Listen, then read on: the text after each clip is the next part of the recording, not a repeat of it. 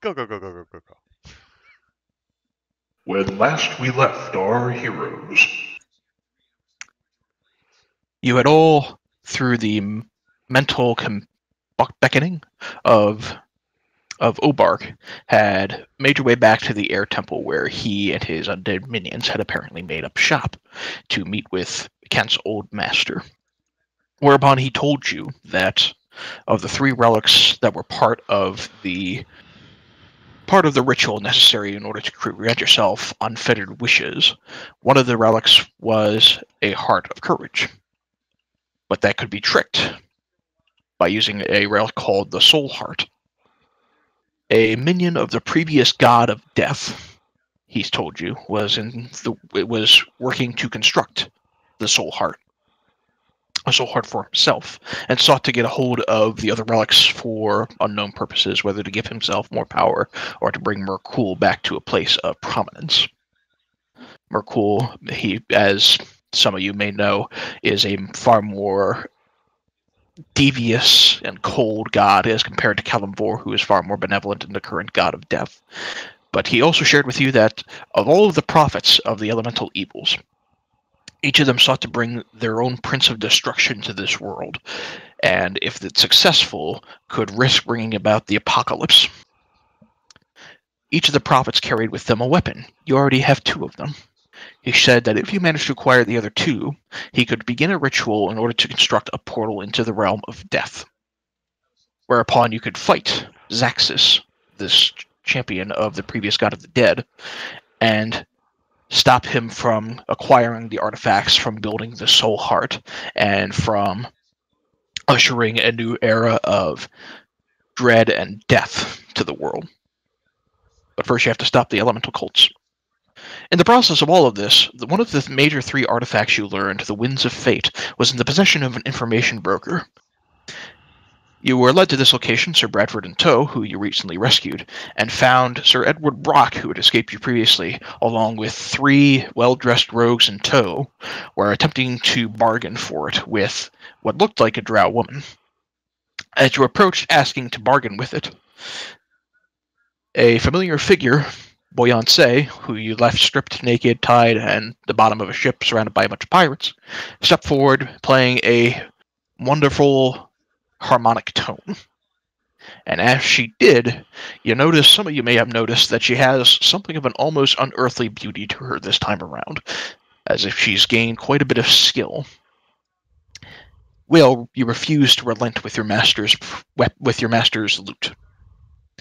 In the process of this, she smiled, stepped back, and the drow woman who was the information broker simply transformed into a large shadowy dragon. Boyance has leapt atop her back, and this dragon has reared back, ready to attack, and she cries out, "I'll ask you one more time, Will. Give me back my birthright."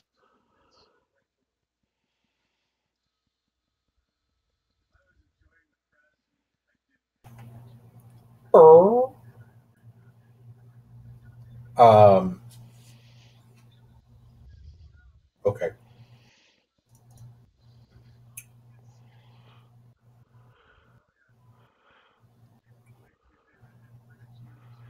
What do you do? I'm thinking of taking cover.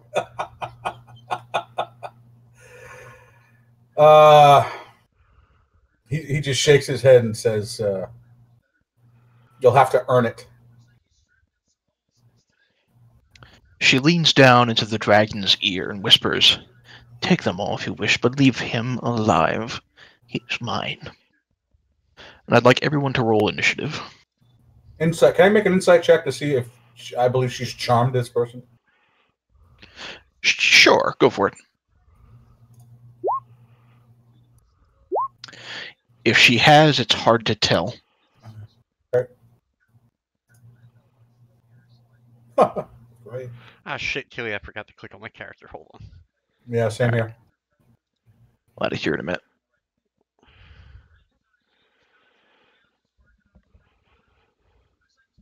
Where is the music?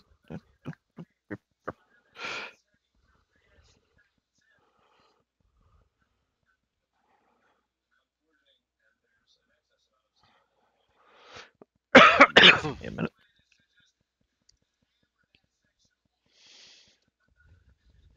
Huh. All right. Well.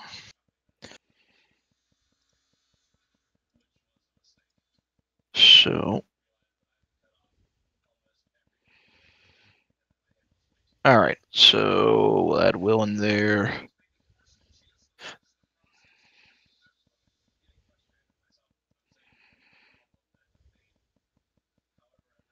And Tegan, Kurt, Sebastian, you got to roll for your zombie there. I don't know why you chose to name that zombie Carl.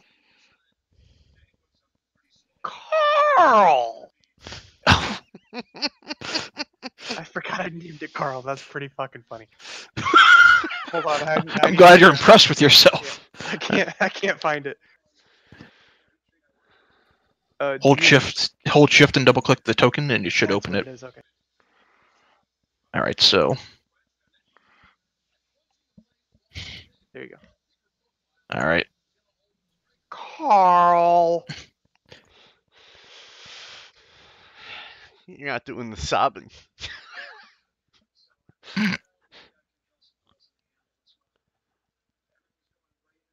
All right. Alrighty. Before we begin, I need everyone, that'll include Sir Edward Brock and his compatriots, to make a wisdom saving throw. Even out here? You don't, because you don't see her. Okay. You're out in the distance there. You hear some sort of commotion. You don't really know what's going on. Eddie or Brad, yeah. Excuse me, Brad. Sir Bradford. As soon as I can get through my air, Sir Bradford is feared. Will, you're good. Crow, you're good. Tuck, you're good. You need to make one for Miles, the crab, and the zombie. The zombie, I don't think can be feared.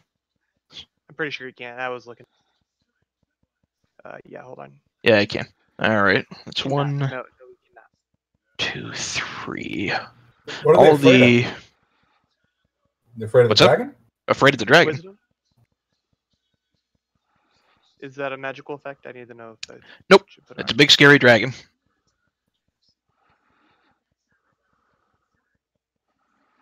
Well, I didn't Come mean to on. put it on disadvantage. Sorry.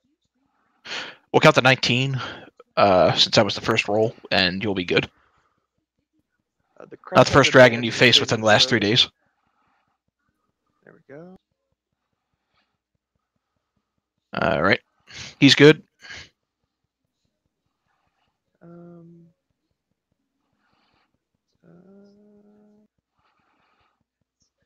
And finally, Sir Edward Brock. And he's going to burn one of his Indomitables just to not be feared. All right. So, I think that's everybody. If that is, Kent, you're up first. Okay. If I enter the room, I have to roll wisdom to see if I'm afraid of the dragon, right? As soon as you see it. As soon as I see it. Okay. Quick question to ask you real fast. Mhm. How tall are these walls? They are about 30 feet high. 30 feet high, you say? Okay. So, how about this section here? About 30 feet as well? Yes. Would you say that this would be the base of the wall? This is the floor level here. Goes up an extra step. This is about 15 feet up, kind of where the assassin is sitting on top of. Uh-huh. And up here is the top at 30 feet. Maybe this is just a little under, maybe around 28, 27 feet if we're being real specific. Oh, okay, but so these big blocks right here, right? You'd say these are about 30 feet tall as well? Yes. All right. Whoop. Hold on. wow. Sorry. Ooh, I may regret this. All right. You gotta let me know if I can do this. I'm going to try to do it anyway. I'm going Alright. to step into the room, and I'm going to roll my wisdom save. Okay. Go Hold for on. it. You are afraid. Okay, that just means I can't approach the dragon, right? Means you cannot willingly move closer, and you have disadvantage on any attacks against her. Okay, I am not attacking the dragon. I am, however, casting animate objects on this wall Okay. and attempt to pull it down on Sir Edward Brock. All right. That's Now- awesome. Now, I do Now- not know how you want to handle this. So link the spell for me. All right, and do a ping on where you're going to animate the blocks. Well, I was thinking the length of the block here. I don't know how many blocks this is made of. So Okay. I was going to say here, and if it were to fall northerly, that would be over 30 feet onto Mr. Yep. Brock. So here's what we'll say. We're going to count that as one huge object if we're going to do that. Okay.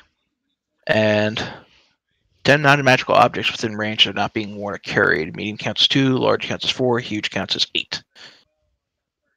All right. So you can't animate any object larger than huge. Now, given that the structure itself, although kind of in shambles, is still relatively intact, I'm going to argue that you're not able to lift like a whole slab of concrete up to drop on top of him, but there are loose bits of rubble that you can get. So instead of doing one huge one, now that I read through the spell, Okay. you can. We'll say you can do maybe 10 small rocks of bits of loose rubble if you just kind of want to pellet him with them. All right, that's fair enough. But I'll tell you, if I had Bigby's hand, this would be a different conversation. Okay. Okay, that's fine if we want to do that. So we'll do 10 small. So 25. What is that? Tiny 20. No. Let me look at it this way so I can see the full table. Animate objects. Small. Okay. So 10 small, 25 hit points apiece, AC 16, plus 6 to hit. All right. So if you're going to just chuck these up and toss them at Brock, go ahead and roll your d20 plus 6 10 times. Okay. D20. Hold on. Plus 6. All right, here we go. 1, 2, Miss. 3, 4, 5, 6, 7, 8, 9, 10. Okay. The number to beat is 18, so I see 1, 2, 3, 4 hits. So go ahead and roll 48 plus 8. 4 D8 plus 8.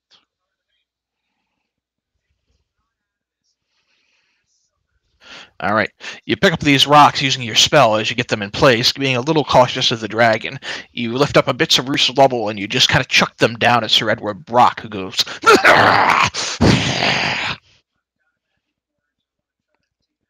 And I'm going to take a step back out here. All right. I am maintaining concentration even though I cannot see the target. I might poke my head back in again. Okay.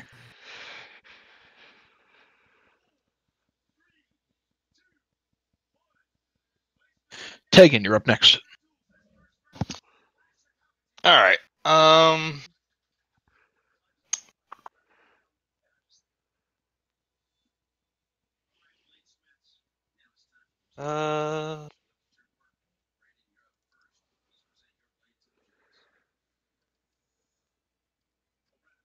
One sec.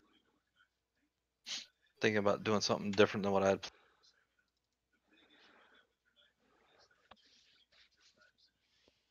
You have to admit the wall falling over on them would have been fun. It would have. That requires a lot of strength. 20-foot cube. Okay, so let's see what. That's perfect. I am going to cast web right here. So it should get these 4. Alright. Okay. Let's make that green. Concentration spell. Mass sticky whipping. 20-foot cube. 5, 10, 15, 20. 5, 10, 15, 20. 5, 10, 15, 20. Yep. Yep, just like that. Alright. Webs are difficult terrain. If the webs aren't anchored between solid masses, they are at this point, more or less. And then Web laid over a flat surface at a depth of 5 feet. Each creature that starts its turn in the web or that enters them makes a dex save. On a fail, they are restrained. Alright. Alright. And then I am going to go ahead and use Shillelagh to power up my staff. What are you turning that to, if anything? I'm gonna do the scimitar so I can have the shield. Alrighty. And then I am going to use my movement. Move here. Alrighty. The dragon will go next. It's going to fly right up next to Will with Boyance on top. And it's going to open up its mouth. And emanating from its mouth, you see a wisp of shadowy flame.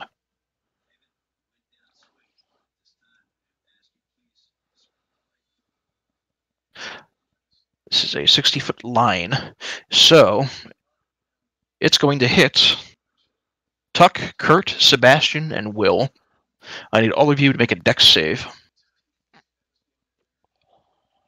Carl save.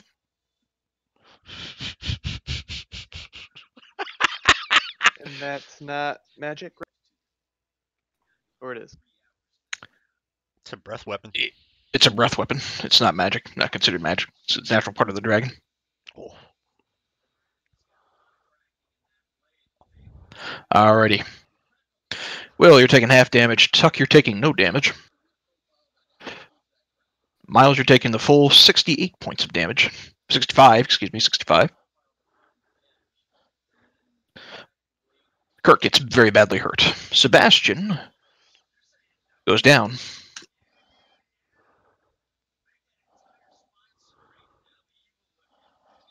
And Will, you've already deducted your hit points. Alright.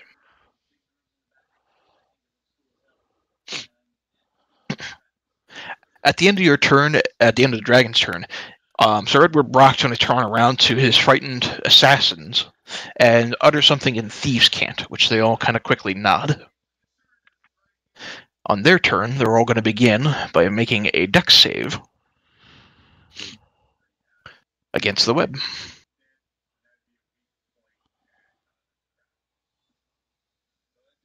What's your DC? My spell DC is 17. Alright, so that one's a failure. That one's a failure. Alright, one of them manages to succeed. So for the one on the very, very far right, he's going to shift out of the web, and you see him make his way over towards the bed where this information broker was, and he begins to kind of move around the rug, and it looks like he's searching for something.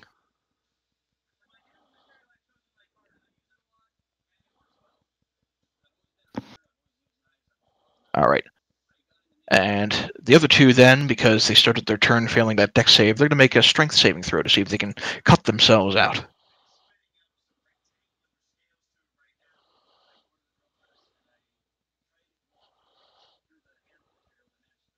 Not that they're especially strong. One of them does manage to get out. You said your DC was 16? 17. 17, alright. Alright. The bottom one here, who's actually a woman, is still stuck in the web. The other one manages to cut himself free as an action. And he's still scared of the dragon, so he's actually going to shift around here. And he is going to kind of hide right behind the wall there. At the end of their turn, they're going to repeat the wisdom save against the dragon. One failure, one failure, one failure. They're all still scared of the dragon. Kurt, you're up. Cool. You took a big shadowy flame. You survived, but you're badly injured. I'll throw up Hunter's Mark On who? on Boyance. Well, yeah, Boyance. All right. And then I'm going to cast Cure Wounds on myself at level. At the highest level I possibly can. 6 hit points. Cool. I guess I should probably move. So I'm gonna.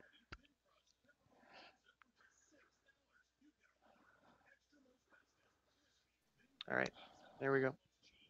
All right. As you retreat from the flames, doing what you can to dodge and duck, you hear Boyant say on top of the dragon yell, "Watch the flames, don't burn it!"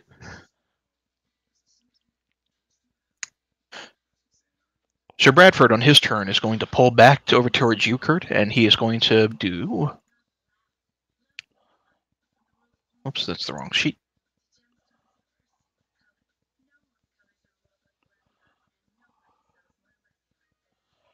He's going to cast Cure Wounds on you as well. For another 5 hit points. Cool. And he'll repeat his saving throw at the end of the turn. Yeah, he's still frightened. But he's going to get into a defensive posture around you, doing what he can to protect you.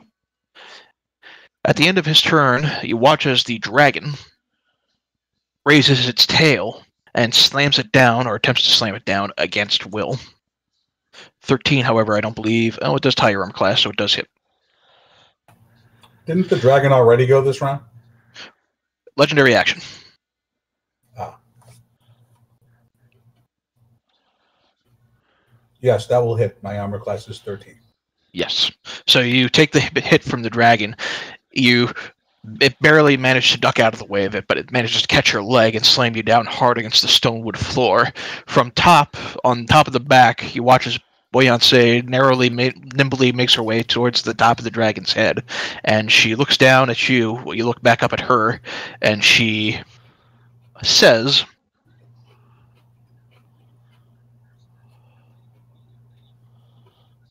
as a bonus action, she will point to your master's weapon. She will ask, and she will utter the word "drop."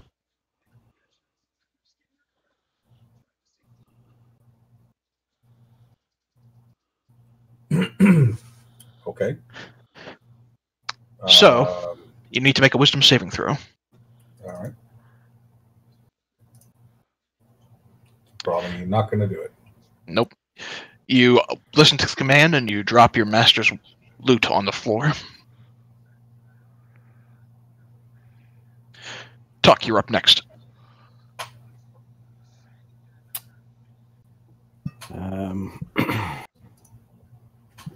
Is the dragon up in the air? No, Or on the ground. on the floor. Okay. I'm going to run up behind it. I do believe.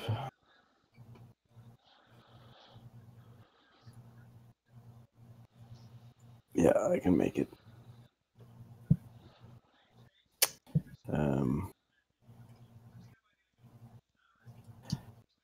And I will. All right.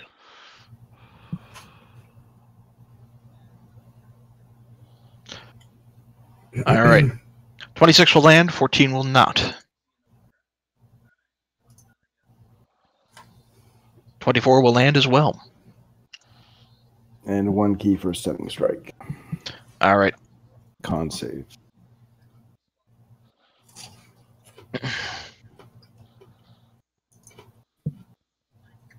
$13, I assume, does not beat it. It does not. She is stunned. You have stunned the dragon.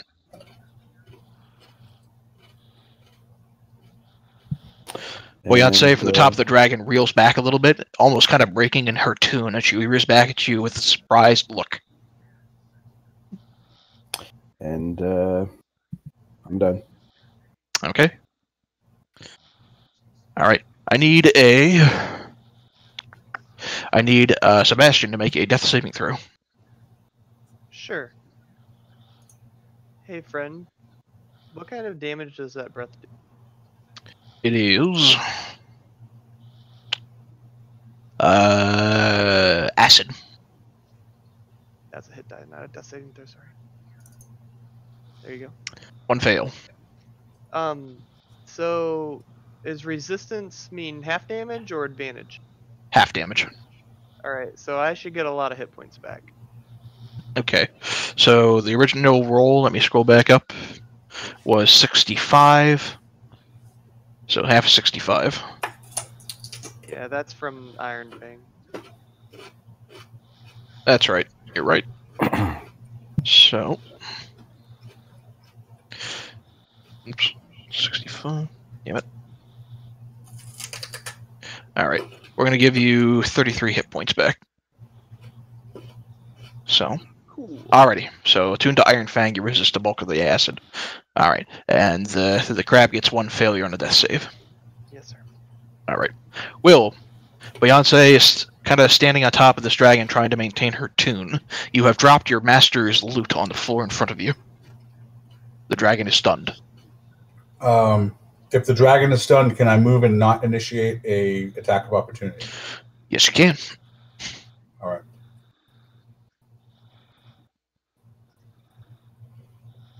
I'm not going to do that. I'm going to pull out my wand of magic missiles and give her all 7 right in the face.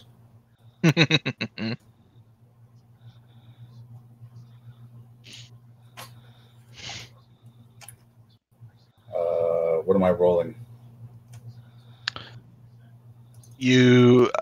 How many missiles are you firing at her? 7. How many charges? All right. You're expanding all the charges in the one, then? Yeah, I know I got to make a roll to see if it explodes, but that's fine. Well, yeah. So, since you're expanding all the charges, what you're going to do is 6, 7, 8, roll 94 plus 9.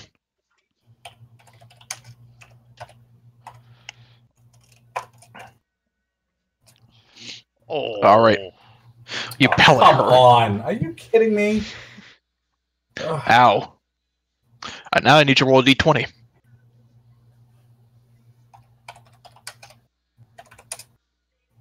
Alright, the wand's still intact, but you expend all of its charges. You pull out the wand of magic missiles and you fire every last bit of energy at it, furious at this woman. She gets pelted with it, it stumbles a little bit in her string, but she's trying to maintain this music. What else are you doing, if anything? I can't pick up the loot as a bonus action, so... I'll let you do so if you wish. Alright, then I will do that. Okay. You quickly grab it off the ground. And I will say... I can still move too, correct? Yes, I will say you burn 10 feet of your movement to bend down and pick it up. We'll say that. More than fair. Let's see, so... Alright, so let's see. Okay, this is where I'm going. Taking cover. Alrighty. Yeah, that should put me behind cover here. Carl says hi. Hey, Carl. Alright. At the beginning of his turn, Sir Edward Brock is going to make that dex save against the web. Alright. He is going to burn another one of his Indomitables to succeed. And then he is going to shift 5, 10, 15, 20, 30. Oops. And he's going to dash for his turn. And he's going to retreat all the way back there. Kurt, as you're kind of reeling, and Sir Bradford is kind of healing you up, you all turn and you see Sir Edward Brock beginning to book his way back in this direction. His great sword is drawn, and it has a shadowy energy that seems to tendril around it as she charges forward, just trying to get past the rest of you. It is Carl's turn next. Carl, get him! Carl's gonna shamble over, using all 20 feet of his... and give Sir Edward Brock a slam attack! Alright. That is actually going to land. Carl shambles on forward as Sir Edward Brock is moving forward, and you hear a soft "ow" as Carl slams a hardened fist back into him. At the end of Carl's turn, Sir Edward Brock is going to burn a legendary action. and he is going to turn around, taking his large black tendrily greatsword, and swing it against the zombie. Doesn't matter what he rolls, the zombie's gonna die. 17 plus 7. Yeah. Yep. Zombie dead. Well, we knew that. Zombie! Goodbye, Carl. Unless he's immune to necrotic. Is he immune to necrotic as a zombie? Poison. No. Okay. He's dead. All right. At the top of the round is Kent. Okay. Hold on, I have to make a DC throw. Hold on. To make a Constitution saving throw. It's dead. He's already dead. So. No. On Well, wasn't he dead before? Undead Fortitude, if damage reduced the zombie to 0 points, it must make a Constitution saving throw with a DC of 5 plus the damage taken. The amount of damage. So I'm not counting the zombie as a normal companion with death saving throws. It's a creature that's summoned by a magical item. So I did more damage than his actual total hit points. He's a minion. He dies. But the point of summoning a zombie is that it has Undead Fortitude. Oh, you're right. You're right. Okay, I'm sorry. I missed that. Yes, you get to roll against the undead fortitude. I mean, I'm not gonna hit it, but like, I got. Yep. Oh, crit. You hit it. What is that? All right. Yeah, I hit it. There you go. So I have 1 hit. So yeah, 1 hit point. I will say that if that's going to be the case, go ahead and make that another con save against Soul Drinker then. What is Soul Drinker? It's his sword. You have to make a con save against its effect. All right. So what does that do? And actually, the 7 you know what? Hang on. I forgot about this. So he's not dead, first off, but he doesn't take the necrotic damage unless he fails the DC. So he did. So he would take the 7 damage. So he's at 1 hit point, but he's still up. The undead fortitude keeps him up. All right. I'm confused. He's a zombie, but he's not dead. Well, he's not dead yet. He can dance and he can sing. All right, Kent. I'm really confused. Don't worry about it. Kent, let's go. All right. So, can I move to say? Oh, hold on. Can I move to here without seeing the dragon? I'm going to say no. It's kind of within line of sight as soon as you enter in. Can I see And Brock from where I'm at? Yes. Oh, well. We're going to conjure a, let go of my, what do you call it? The rocks. The rots. The rots that All right. just fall lifeless to the ground. And we're going to cast a watery sphere, which should, hold on. I will draw a shape. And what the hell I hit the draw a shape? Watery. Oh, fuck. Not what I wanted to do. I forgot what button I have to hold to do a draw shape. Hold Alt. Oh, hold Alt. Hold Shift to snap the grid. Let's see if I hold Shift. Nope, you motherfucker. All right, I'm trying to. Here's the deal. I'm trying to make a square about that big. Okay. It's been 3 weeks. I'm a little out of practice. That's all right. Draw a shape. Draw a rectangle. Just a square. Yep. And then shift that over right on top of Brock. All right. Go ahead and link the spell for me all the same. I will do so. Alrighty. Alright. The sphere can hover, but no more than 10 feet off the ground. The sphere remains for the duration. It's not really hovering, it's just kind of rolling across. Alright. So, since he's in there, he'll have to make a strength save. Indeed.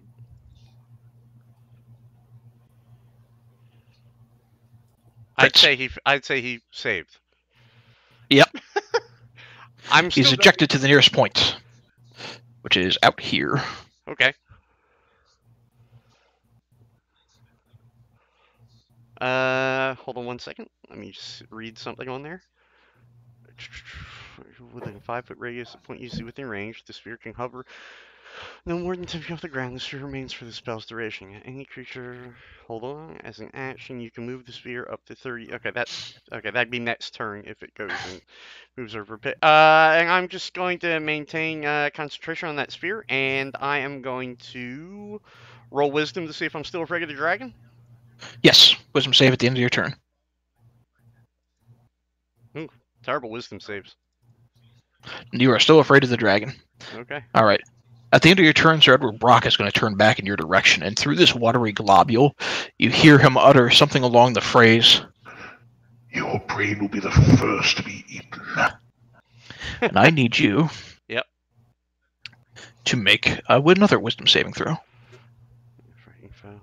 Within 30 feet of the target can hear and see it. The wisdom is... Okay. Hold on.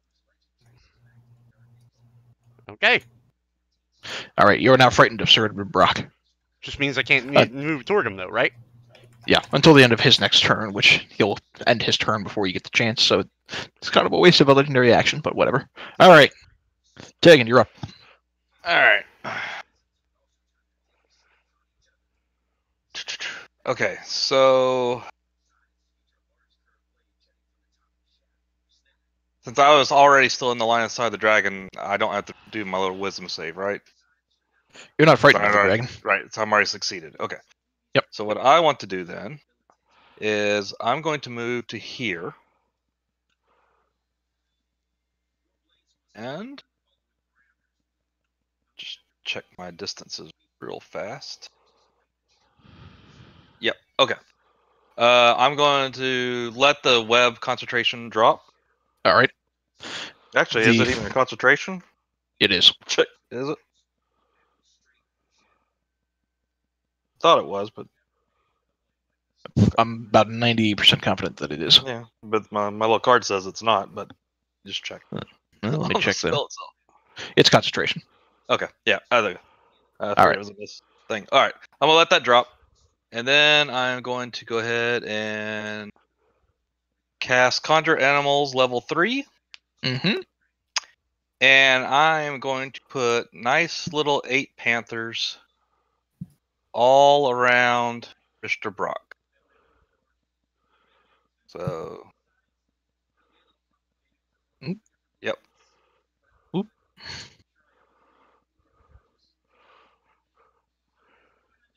It's like someone hit a piñata.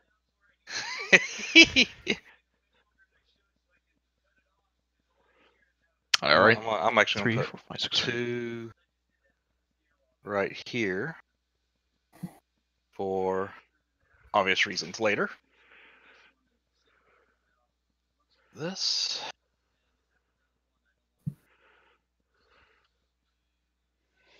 Get Panthers. I should have done this a little bit ahead of time. Sheet. Selecting initiative. Alright. Okay, got them on there. And then,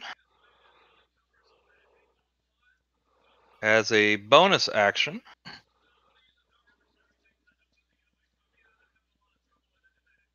I will go ahead and use Balm of Summer Court to heal up our ranger friend. For your benefit, Will is far more damaged than Oh, your ranger is- right now.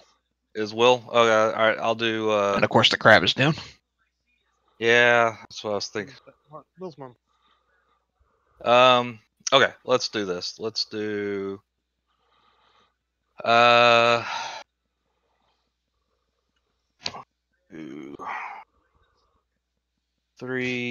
3d6 heal to Will. All right. 8 hit points back to Will.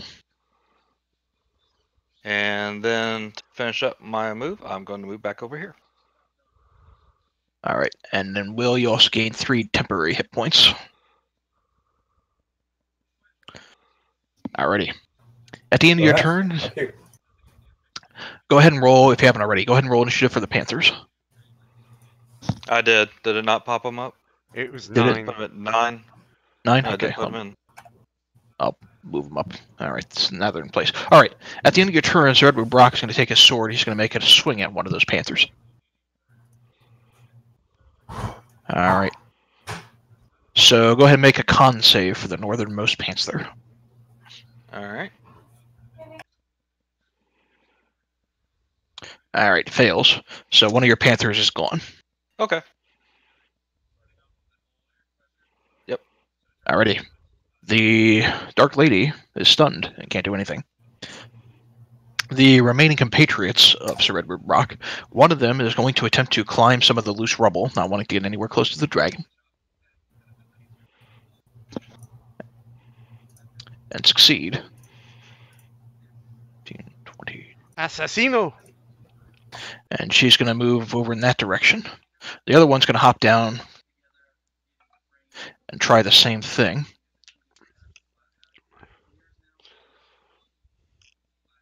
He's not quite able to scurry himself up there this time around. The one who's up here who is searching is going to shift around the bed and kind of use it for a little bit of cover for the time being. And then they're all going to repeat their wisdom saves at the end of the turn. One success, one failure, one success. All right, the woman is still frightened of the dragon. The other two no longer are. They've kind of shaken off the initial surprise. Yeah, which one did you drop? Okay, you did drop it. Okay. Yeah, I'm working on it. All right, Gert, you're up next. I want to shoot Beyonce, but I also really want. I wouldn't go announcing that you want to shoot Beyonce very loudly. I also really want to conjure 8. So I'm gonna do that. I'm gonna put them. God forbid you're all druids and hunters. I'm gonna put them all around the dragon. All right. So let me make sure you have access. You do. Okay. So. You know, Killy, back in the day, these would have been my conjure spells.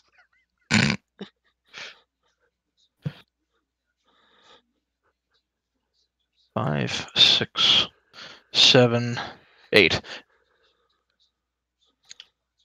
Now, I will say that if you're conjuring those panthers, you lose the hunter's mark. No, that'll be okay. All right. All right, you conjure the panthers. The ones around the dragon are yours. Drag them wherever you like. And then go ahead and roll initiative for them. And we'll have to differentiate them on the initiative order.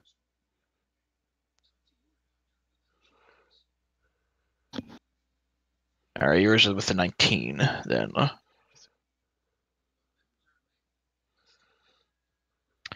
All right.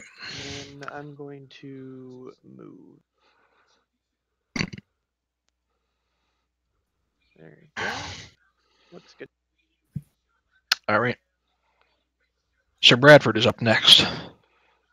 Seeing Sir Edward Brock, but seeing the orb in place, will look back at you, Kent, and he says, "When you can, let me have him." Okay. Okay. And he is just going to ready his weapons. He's going to repeat his wisdom save at the end of his turn. He's holding an action. And he's still quite afraid of the dragon. All right. Beyonce, having had quite enough of all of this, you watch as she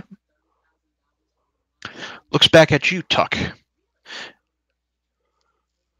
And she says, "Oh, you think that's clever, do you?" She does a power chord on her lute and casts that. Because you have less than 150 hit points, you're instantaneously stunned. That's funny. Counterspell. Okay, you'll have to roll for it. I don't know if this roll is set up right, but That's too low. yeah. You go for the counterspell. The magic is surprisingly powerful. and she manages to get it off anyway. Considering it's an 8th level fucking spell. Only Yeah, one well, spell slot, but that worth a she was able shot. to do it. Yep. All right. Tuck, go ahead and make a Constitution save at the end of your turn.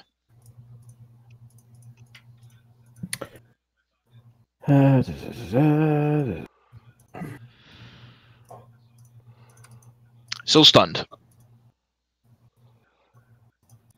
And at the end of your turn, the dragon is no longer stunned.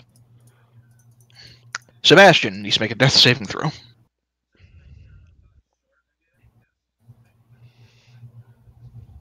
Hey. He's up with 1 hit point. Attaboy. Go crit. All right. At the end of his well, he's up, so if he wants to do something now, he can. You know, he'll come back.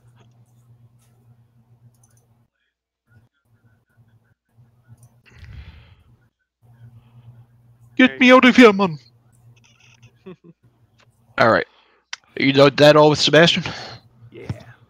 All right. At the end of your turn, you see the dragon surrounded by panthers raises its wings and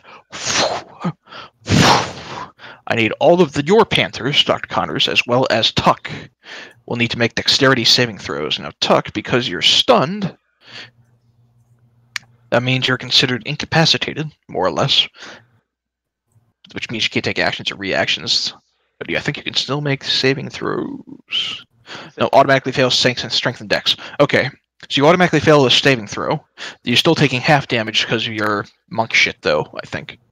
So, yeah, they all have to make their dex saves. Wow. Yeah, only 2 of them got it though. Roll 2d6 plus 6. All right. Have 15 for. All right, so Tuck, you'll take 7 points of damage. You are knocked prone. As for the rest of them, 1 success, 1 success. DC is 19. 1 failure, 2 failure, 3 failure, 4 failure, 5 failure, 6 failure. Okay. So the rest of them. So of your 8 panthers you have surrounding the dragon, 6 of them disappear. Cool.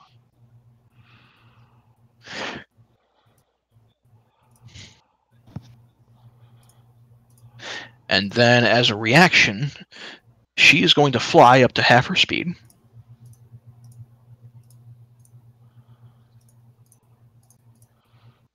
And 15, 20, 25, 30, 35, 40. Right over there. And Your other 2 saving panthers can make... throw. Yeah. So the other 2 panthers can make attacks of opportunity against the dragon as she flies out. Fuck yeah. Alright, one of them is claw off.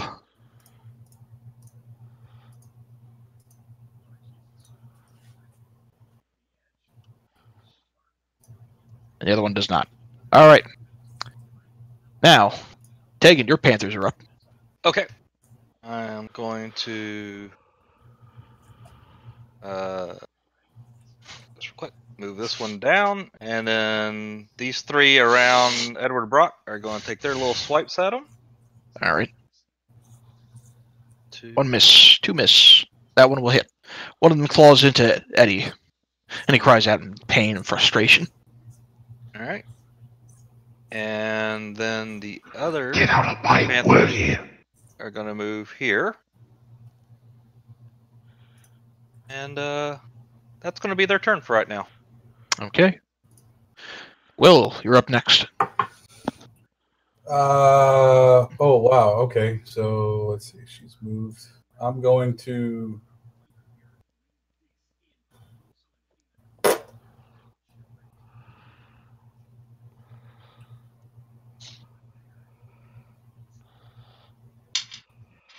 When the dragon flew this way, did it look like they were looking for me?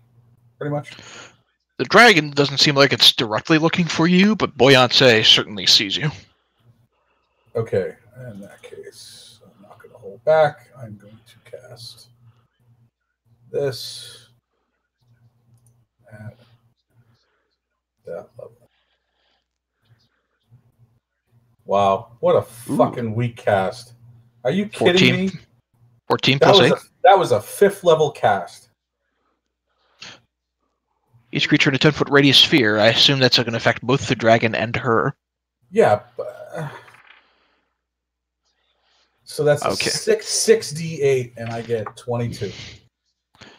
That's a 5th level spell, you said? I cast it at the 5th level. Yeah. Okay. Buoyancy is still going to try to counterspell it. All right.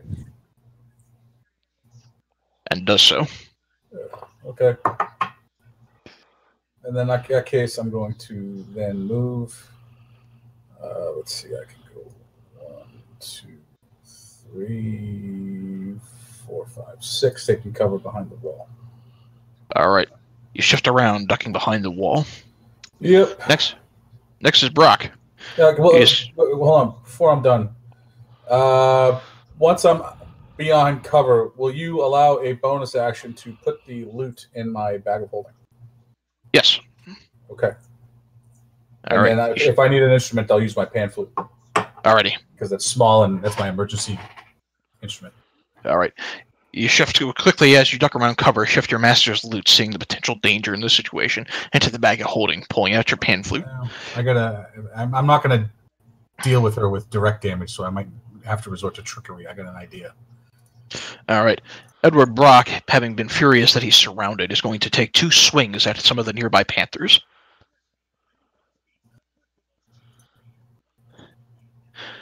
Decapitating 2 of them, sending them back to the astral plane. And then he is going to shift up 1. Carl, it's your turn.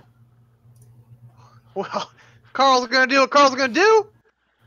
He's gonna walk up to the dragon, be like, "You be a bad dragon." Bad dragon. Get playing, bitch! You stub her toe. You hear her furiously roar back. Carl goes, "Woo!"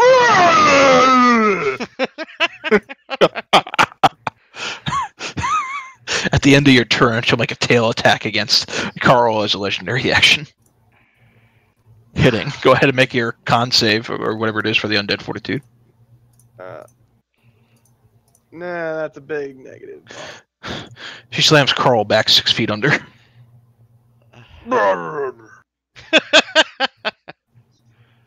At the top of the round is Kent. Okay, so Kent's going to do 2 things. Assuming Edward Brock is not over 10 feet tall, he is going to move the watery sphere up over Edward Brock's head and the panthers, and it is just going to linger above them. Okay. You take the orb, you set it to hover just above them. Okay. I don't think I can control that, so that would be you. But I say, I would like to shout into Sir Bradford, he's all yours! And, Sir Bradford gives you a knowing look. and then I am going to roll a wisdom save again, which I will fail. You fail. You're still afraid of the dragon. But I'm going to All remain right. where I am. All right. At the end of your turn, Sir Edward Brock is going to, as a legendary action, slice again at one of these panthers. And does that one hit? It does hit. All right. So another panther is taken out. Where are their hit Tegan, you're up. points? 13. Oh, that's what Yeah, the they're- hit points are? Oh. Yeah, Yep. they're not essentially very strong. That's okay. They're meant to overwhelm, not to overpower. Okay, it's my turn. So since Edward Brock moved back, even if I move to like here, can I still see Edward Brock from here? If I move to about that. You'd spot have to there? curve around to the Okay, left. All right, give me 1 second then. Kind of changing. Okay, so that'd be about 20 feet of movement. Okay, I got it. All right. I'm gonna go ahead and do that. All right. To right about there. And then I am going to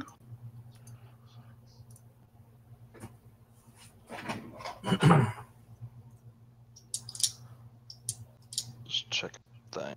Oh, it's necrotic thing.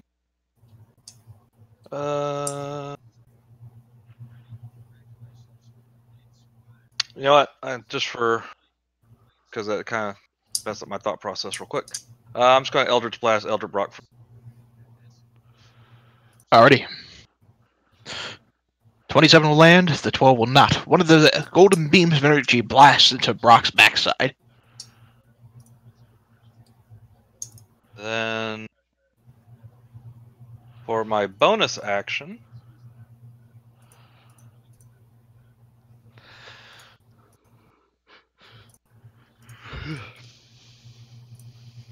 that's the question. Nope. Yeah. I'm gonna move my last 15 feet back over here. Or did I mess that up? All right. It's about right. 1, 2, 3. Yeah. Oh. Okay. Yep. All right. That's my turn. Alright. At the end of your turn, Sir Edward is going to look just around it. Well, I'm going to take that back. He can't really see her. You know what? He's just going to make another slash at... Yes, he's blocked behind the cover. She's just going to make another swing at one of these panthers. Ooh.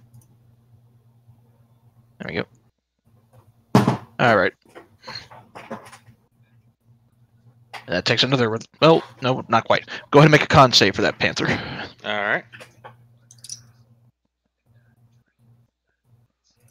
Alright, so that's another panther gone. Fine. All part of the plan. Is that Alrighty. is that legendary actions is allowing him to go when it's not his turn? At the end of somebody else's turn. Oh no shit, that's cool. Yep, they get so many that they can do within a round, and then they gain them back at the start of their turn. Oh, cool. All right, at the start of its turn, the dragon's going to look towards Edward Brock. You hear Beyonce begin to play, and she says, "Back towards the bard, please." And she continues to play on her instrument. The dragon looks hesitant for a minute, but begins to shift its direction back over towards Will.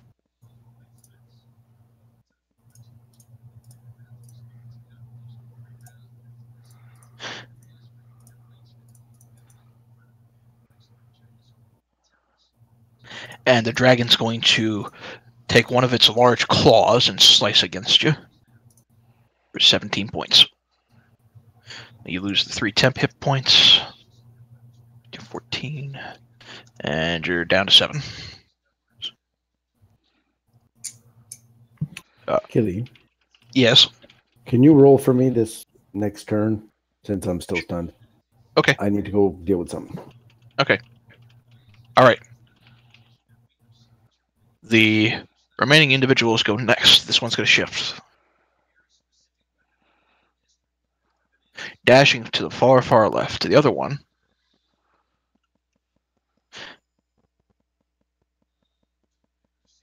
Is also going to shift to the far left. And then the one up in the corner here is just going to shift to another corner of this bed and continue to search for something. Dumb question. The one that's still afraid of the dragon, would he actually be able to go that way? He's running away from the dragon. Okay. I figured he had to go back toward the corner. I didn't think he could go that way. I'm just asking. Because if I can actually walk in the room and not toward the dragon, I may do that. Well, which one are you referencing? This is the one that's afraid. That's the one that ran straight along the left side and then up. Right, the one that you... Oh, hold on. The one that you... This one here was right over here, right? Was over there. Yeah, ish. So it went that way, that way, that way, that way. And then shifted Okay. away. So... See, I'm just curious, like, if I go... I'm just going to move real quick. I don't want to engage the dragon, but I don't know if I can walk into that room now. That's you can go as far. You can go as far as that. As soon as you get to that point, you see the dragon. You can't move any closer. You can shift to the left if you want to shift towards Brock's direction. As a point of example. Okay. Thank you. I didn't think I could Okay. enter back in once I was out. That was... Okay. Kurt, you're up next. I think we skipped my Panthers. They had a 19. I didn't see them in the list. Yes, we did. I don't know why they're not in the list. We'll add them there. But yes. All right. So this first Panther is going to back up a little bit, and he does the little butt wiggle, you know, like a cat does, and then Uh-huh. he's going to run at Beyonce. and attempt to tackle her. Okay, she's up on the top of this dragon, so you're going to have to make a strength check or acrobatics if it has acrobatics to try to leap up there and tackle her. Okay, hold on. So acrobatics is dex, or did you want a strength? Acrobatics is strength. I'm sorry, athletics is strength, acrobatics is dex. Go ahead and make a dex check. Okay, cool. Yeah. All right.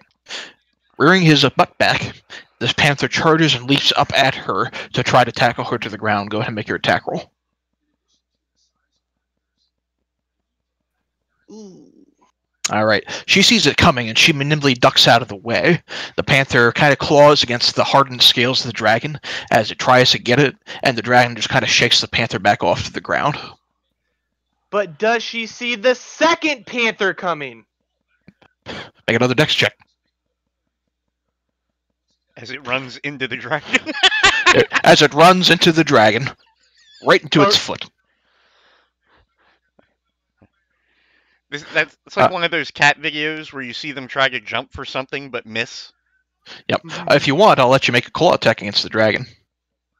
Yeah. All right. So it runs headlong into the dragon and does actually manage to get a claw off against the foot of the dragon. And it still technically gets the pounce off, so I have to make a strength check for the dragon.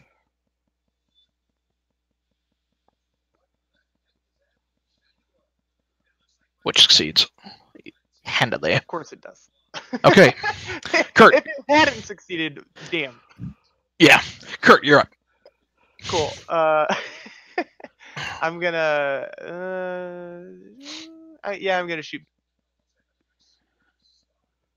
All right. I'm gonna expend a charge. Who are you shooting? Beyonce. All right.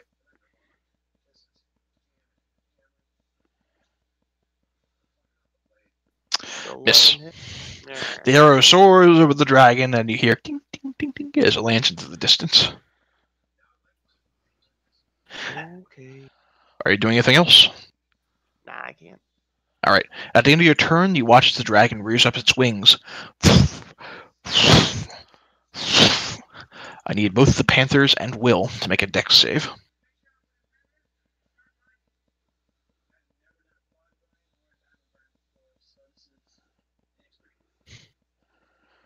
All right. Will, you fail. The Panthers also fail. Total at 10 points of damage. Will is knocked unconscious. Oh.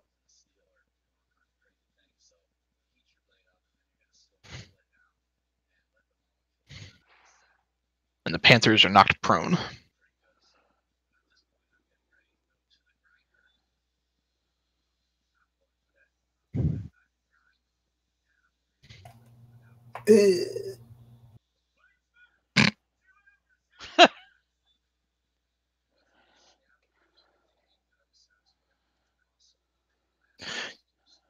You watch as the dragon begins to beat its wings as if to move, and she says, Beyonce says, not yet, not yet.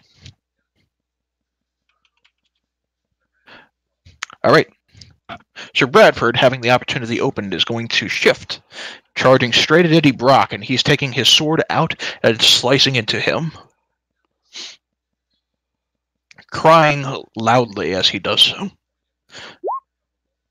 All right, on that first swing, he's going to add in a... We're going to make this a Searing Smite, I think.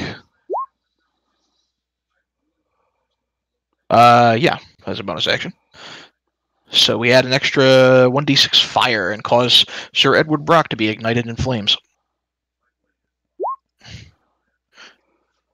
So on that first swing, he's taking 18, and Eddie is in flames. And then he's going to get another swing in there. Also hitting. He mad. You watch as Sir Edward Brock takes two really, really nasty swings and is on fire.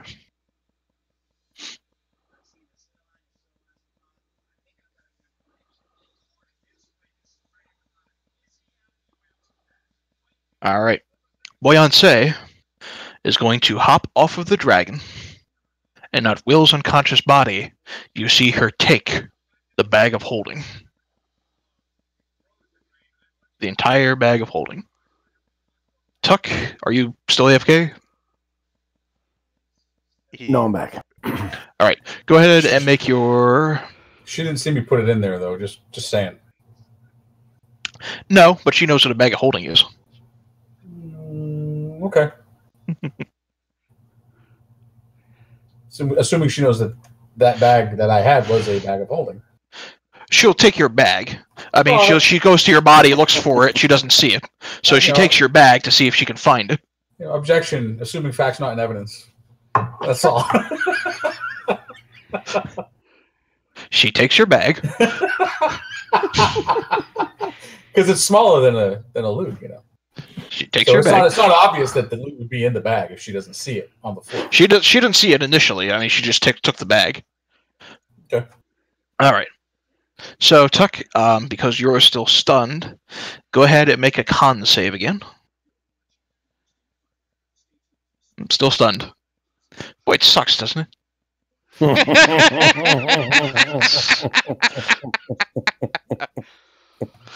Sebastian is up next.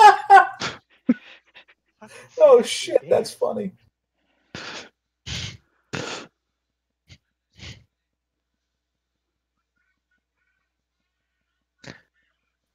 Well, Let me out the money. My wife's in bed right now going, what the fuck is he laughing at? Sebastian's gonna move towards Eddie Brock about right here. All right. That's it. Alrighty. Will, I need you to make a death save.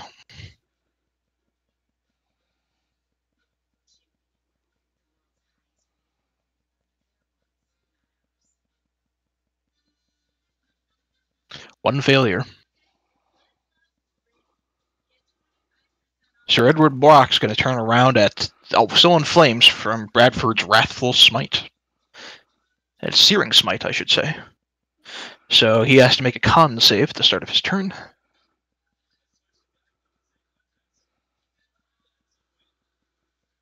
Which he succeeds. So he is no longer on fire. But taking his Dark Tenderly sword, he is going to make 2 hard swings against Sir Bradford.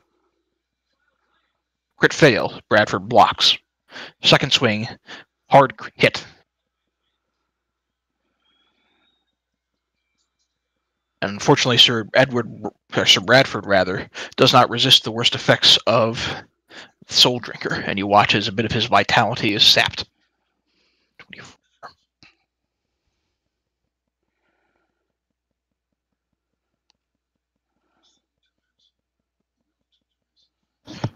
Okay. Wait a minute. Did we miss my Panthers? Yep. Yeah, because we keep removing the dude. Just go ahead and roll for the Panther. I miss your Panthers. Okay, yeah. So this is gonna be simple anyway. So this Panther is going to hit Mr. Brock. Uh-huh. So do a claw. Alright, that one will miss. Alright. Then this Panther is going to charge to pounce on this guy. Okay. Bite. Miss. He hears it coming at the last second and ducks out of the way, shifting. And since he missed, my other Panther is going to do the exact same thing. Alright, that one connects. And he's pouncing, so I believe it's a strength save, correct? It is a strength save against a DC of 12. Alright. Fails. He is knocked prone. Alright. And that's good for the Panthers' move. Alrighty. At the top of the round, Kent. Okay, so you said I could get to about here? Yes, one more space. One more space and I can't move forward toward the dragon, but I could move over this way, right? Correct. Alright, so here's what I'm going to do. I'm going to move over to here, because that should be within... Yeah, that should be about right, I think. Let me double check, because I was standing... Yeah, okay. And I'm still maintaining the watery spear concentration, but I am going to target Mr. Brock Mhm. with a where the hell am I at? Where'd all my things go? A firebolt cantrip, which I would like to empower from the staff if it lands. All right, Okay, so let's see if it lands. it lands. Okay, now I don't know that it actually does anything with the empower to the staff. I'm not down hit points, but I just wanted to do it just for the hell of it. You watch, interestingly enough, as you shoot the firebolt from the staff. It impacts into Eddie Brock with that same sort of darkened, empowered tendrils that kind of leap off of it. And he certainly seems affected by the burning effect, but it otherwise doesn't seem to have any effect other than that a normal firebolt wouldn't otherwise normally have. And that strikes you as odd, because you've not seen that before. It does strike me as odd. I have no idea what the fuck that means, but... Okay, and I'm going to hang out right here. All right. Oh, Go ahead, wait. One quick question. I know as an action I can move the sphere, right? Actually, let me relink something real fast. I just want to... Hold on. I just want to see if there's anything else in there that says... Sorry. Second. Watery sphere. Hold on. Any creature sphere must make a strength save. One failed save creatures restrained.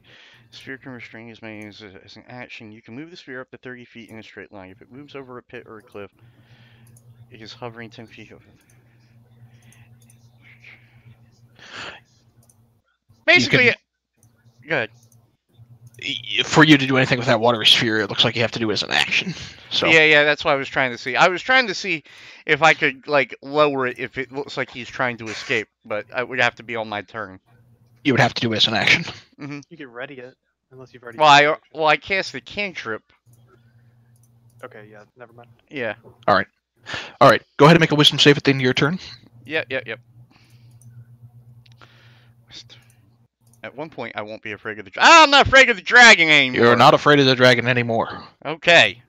Awesome. All right. Tegan, you're up. Okay.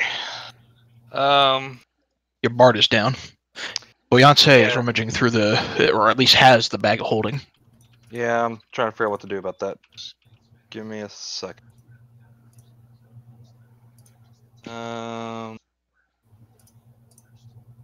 Let's do this. Let's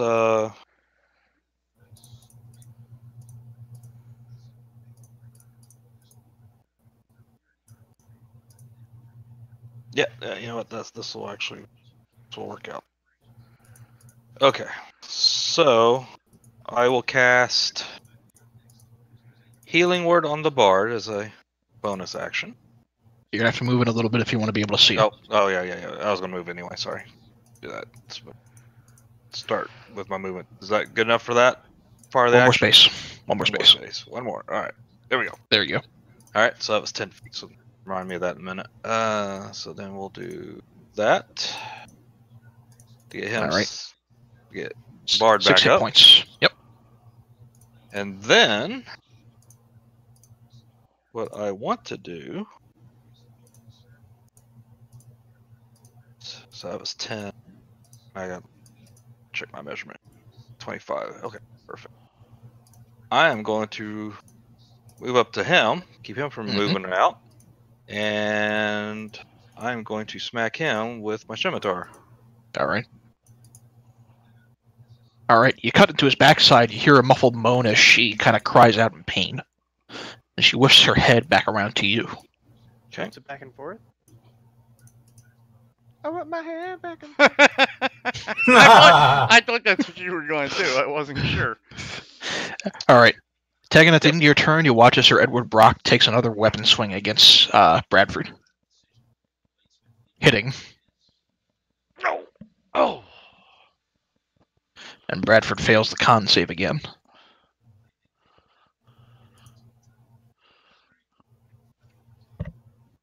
And Bradford's looking a little injured. All right. The Dark Lady is going to flip her head back around towards this general direction. And you watch as she flies over here. Boyante cries out, "Wait a minute, hold on!" And she's already gone.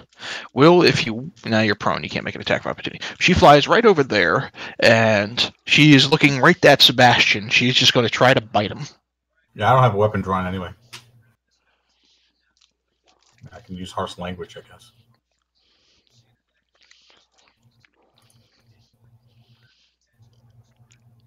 What a big dumb bitch. Yeah. Sebastian goes down.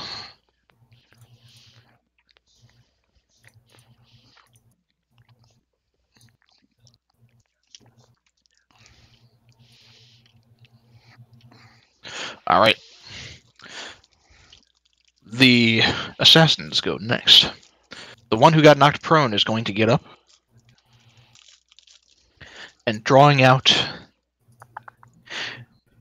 Saying that he's under assault, he's going to draw his short swords, and he's going to take 2 swings with them. One of them will miss, one of them will not. Jesus Christ. Now, I need the Panther to make a con save. Alright.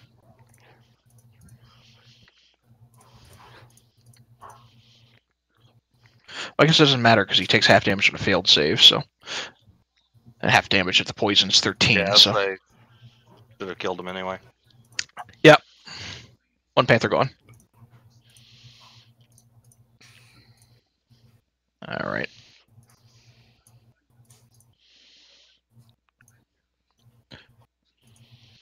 Okay.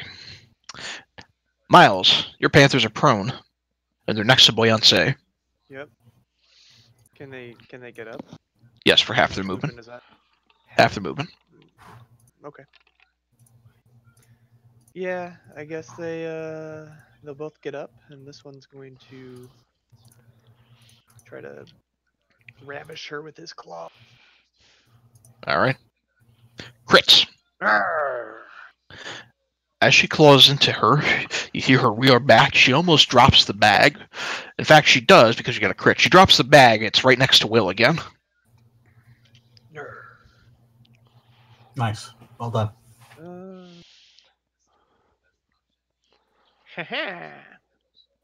This Panther, since he's not beside her, he's going to run 10 feet this way. And then use his last 15 to run right back at her. No, last... No, oh, you're I guess it's half only 15. I need 20. And you got half his movement going, right?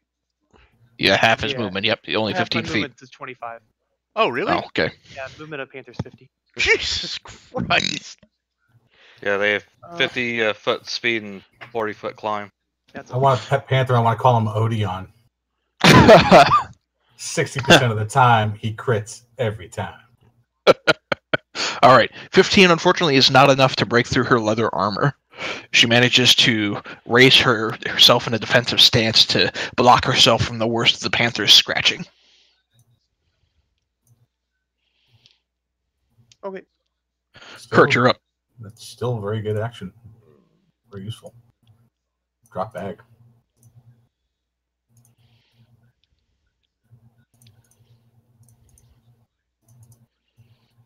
I'm thinking, sorry. All right.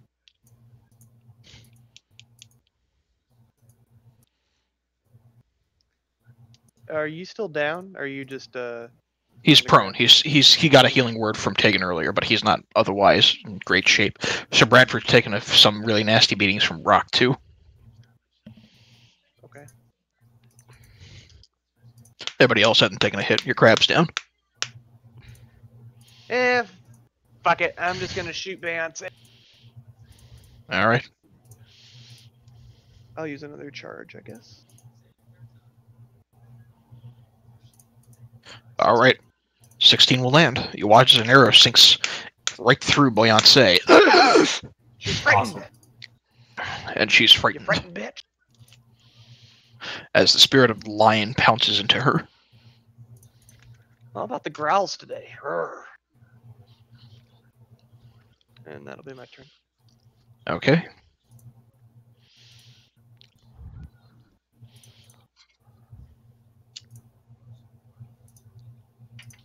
Okay. I know it's not specific on the weapon, but she makes the DC at the end of her turns against your spell save DC to see if she's no longer frightened. She shouldn't stay frightened forever. Okay, Sir Bradford is badly injured as he is still going to furiously swing hard against Sir Edward Brock, especially because both those hits went really well last time. Crit. Followed by... that one's not a hit, though. Alright, so the crit does go in. 15. And he's going to make that a Divine Smite, which will also benefit from the crit.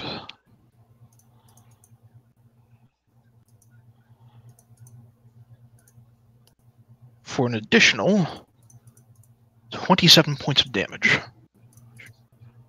27 on top of the 10 for a total of 37 points into Edward Brock.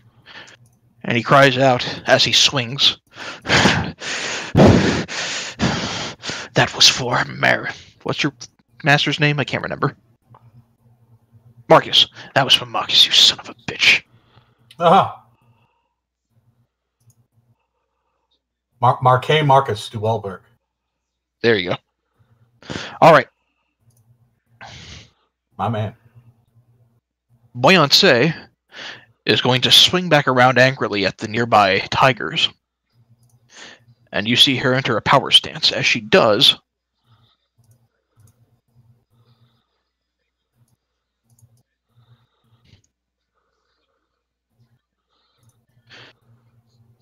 she is going to raise her string in the sky, and you hear a quick Counterspell. go. Okay, it's actually a level 3, so you can straight counterspell it. So as she raises her thing in the sky, there's almost a peal of thunder, and then it suddenly stops. And she looks confused for a minute, and she looks down at you.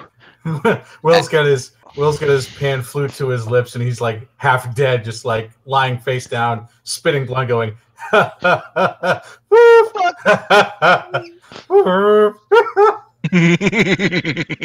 All right. She'll make a wisdom saving throw against Dr. Connor's fear. Crit failing. She's still afraid of you. All right. Tuck, make a con save. Counterspell, bitch. I'm sorry, did I say that out loud? I wouldn't get too happy about that. You can only You're have no longer so stunned. many of them left. Tuck is no longer stunned. However, that is at the end of your turn, so you have to wait till your next turn. Oh, my next turn's gonna be fucked up. Oh, you don't even know. All right. At the end of your turn, you watch as Edward Brock takes one last swing against Bradford. Again, hitting. And Bradford will make a con save. Still no. All right. Bradford's down.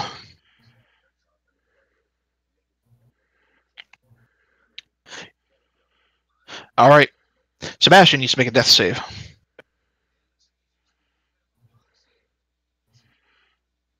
And he's up. He's up. Man, if only Again.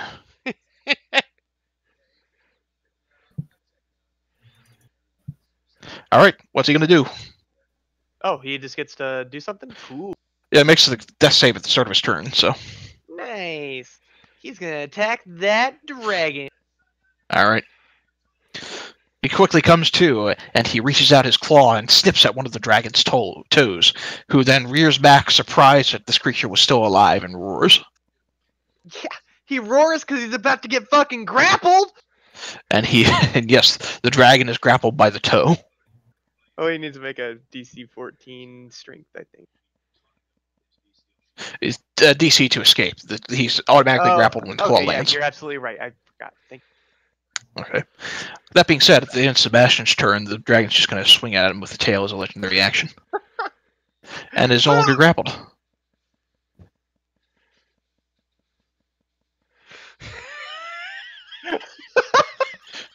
The dragon bangs her tail, kind of irritated, against the floor.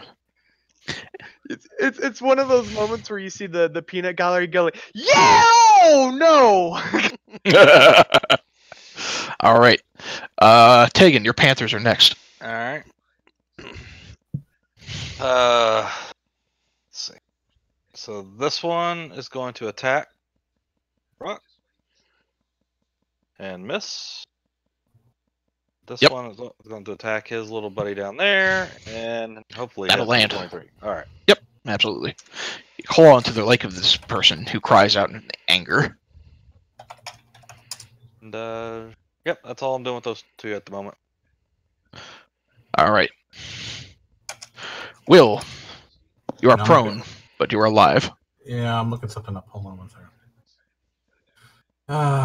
Where's that freaking website, man? I need that website that tells me the DNVCR summon level.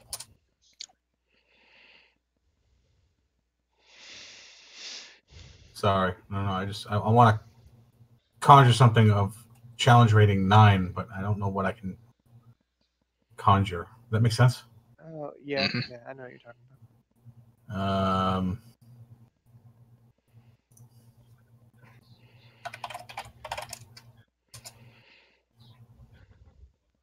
Sorry, just give me a moment. All right. Yeah, monsters by challenge rating. That's what I'm looking for. All right, challenge 9. Golem, cloud giant, fire giant. Have I seen a cloud giant or a fire giant?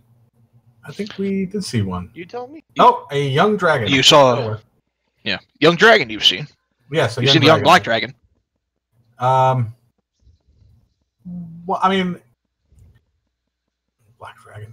Young black dragon is CR7, so I'm actually going to a CR level 9 black dragon. Blue and silver fall under 9, but since I haven't seen the blue or silver, I'm just going to make myself a challenge. I'm going to cast polymorph on myself, and I'm going to. Will's going to go. He's going to say to her. He's going to look at her and just shake his head and go, "You still have no idea what we're all about, do you?" And cast polymorph on myself and turn myself into a black dragon. That's so fucking cocky. I hope it doesn't work. Oh my god, here we go. Okay. My The spell statistics transforms are- a creature you can see within range into a new form. You can see yourself. You are willing, so you don't have to make the save. Transformation lasts for the duration until the target drops to 0 hit points or dies. A new form can be any beast whose challenge rating is equal to or less. So, point of parliamentary procedure: a dragon is not a beast. That's true. You have to have the advanced polymorph to be a dragon. Yep. Now, if you want to go super high with that, with the challenge rating, what you could polymorph yourself into Tyrannosaurus Rex. is a Tyrannosaurus Rex. That's the highest you can go. It's pretty good. But you've not seen the Tyrannosaurus Rex. That's so cold. It's like you could, but you don't know what one is. Where does it say it has to be something you've seen? It doesn't. I'm just being a dick. He can be a Tyrannosaurus Rex if he wants. Yeah, you're silly. You're well versed enough in different tales and stories and lands that you would have seen at least a picture of a Tyrannosaurus Rex to know what it is. I still hope it doesn't work. Honestly, he could do it. If he wants to do it, he can turn himself into a T-Rex. It's pretty good. It has the highest hit points and does the most damage. I would recommend Yep. it. You are muted in Discord if you're saying anything. Oh yeah, no, I'm totally into that because I want to. I'm trying very carefully to. I want to role play this. I like making sure that this stuff makes sense when I do it. Yep. So I want it to be something he's seen. So if that makes sense, then yes, I will definitely go with the T-Rex. Alrighty. And, I now have the stats of a T-Rex And the size. and the size of a T-Rex. And I look at her like she's lunch. And let me just double check. It is huge, so it's actually going to be larger than the dragon, even. All right. You cast And- polymorph on yourself, and all of you hear the stones that make up the eastern wall begin to kind of rumble as this large Tyrannosaurus Rex. Can't Begins cast to form. counterspell. Are you serious? Fuck yourself. No, Okay. I'll let him have this little victory. You know what I'll do All right. when you're sleeping? I'll take that feather qualls token and shove it up your butt before I activate. Okay. Kent would like to shout out, if you kill her, you might be behind her.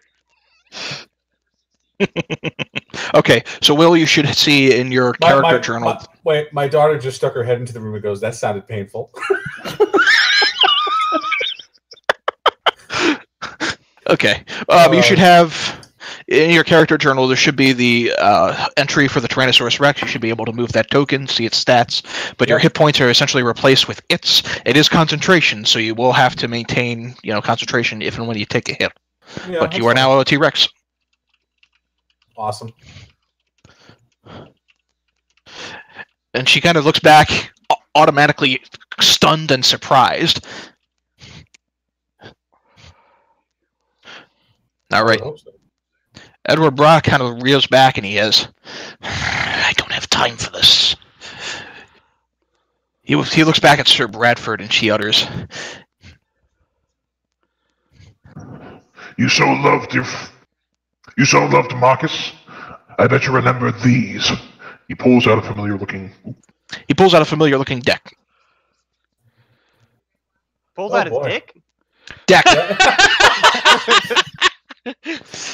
He said familiar looking. This looks familiar. Pulls out his dick. A deck? Deck? I remember that, Wart. All right. And he draws the Yuri tail. That might not be good for me. Or for him, I should say. Probably not, since he can't control it anymore. Nope.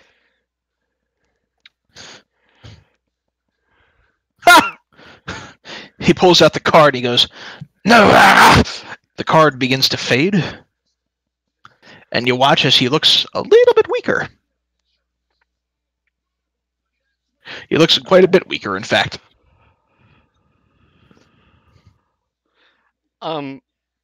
Just a question. He looks a lot weaker. On top of the hit points that he's already suffered, does it look like he's really taking a turn for the worse? It doesn't look like he's badly damaged. It looks like whatever magic was in that card, it seemed to make him less likely to dodge effects, shall we say. Okay.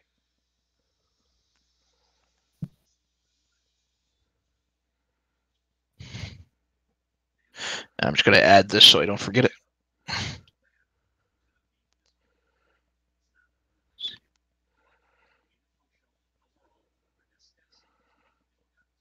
All right. All right. So, after having drawn the card, he curses in a foreign tongue, and he begins to shift over in this direction. The Panther can make an attack of opportunity if it so wishes. It most certainly does. All right. The claws in. Rock being, frankly, too irritated to really notice. All right. Roll's no longer with us. Kent, you're up. Okay.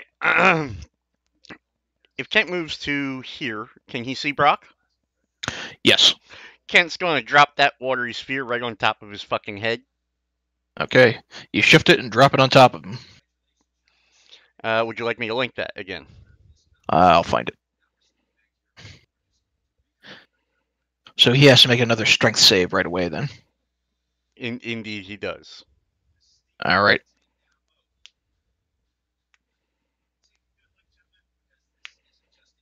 So that's going to be -2. So the DC or the roll he makes is actually 18.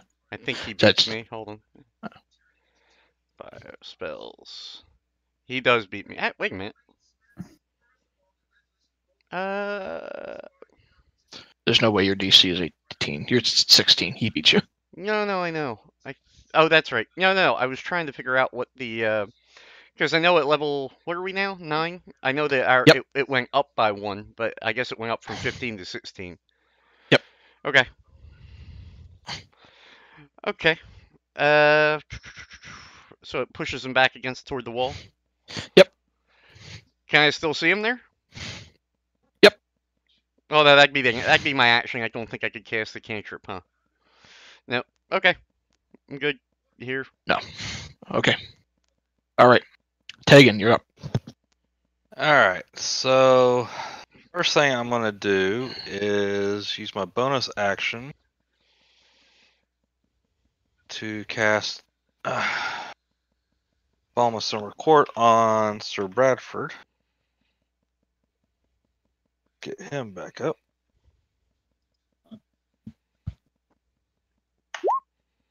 With 15 All right, points. 15 hit points back to Bradford, who is now no longer unconscious And since I did 4, he also gets 4 bonus or 4 temp. for temp. Okay. All right, he's still looking like he's had his vitality drained from Eddie's sword, but he's otherwise So- conscious. He's at least alive now. Yes. Okay. And then the second thing I'm going to do, since that was my bonus action, is I am actually going to cast this from my wand to invis myself. All right. You pull out the wand, and the individual whom you're engaged with turns to look at you, and you just disappear from sight. Yep. All right. Are you moving at all? Yep. I'm going to go ahead and then use my movement. Go to about there. All right. You watch as the dragon beats her wings and flies straight in here and is going to bite Eddie.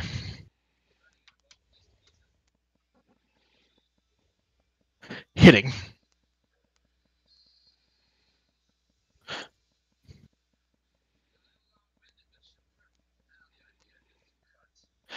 You hear Brock cry out in anger and pain.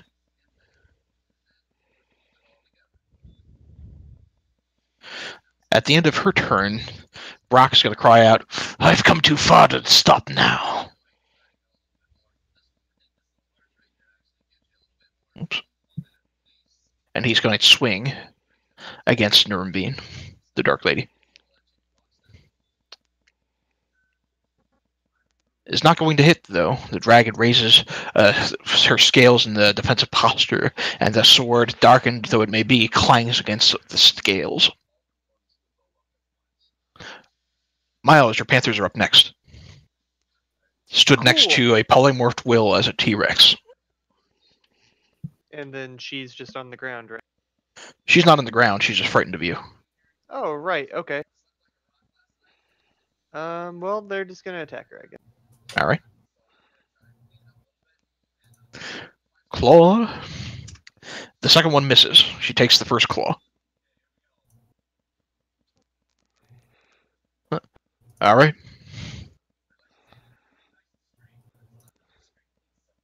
The assassins will go next. They're frenetically going to shift around, and that one's going to begin to search. This one, having its sword still drawn, is going to slice against the other panther there.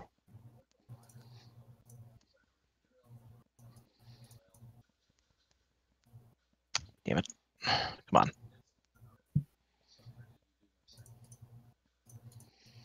Two swings. Second one misses. The first one will hit.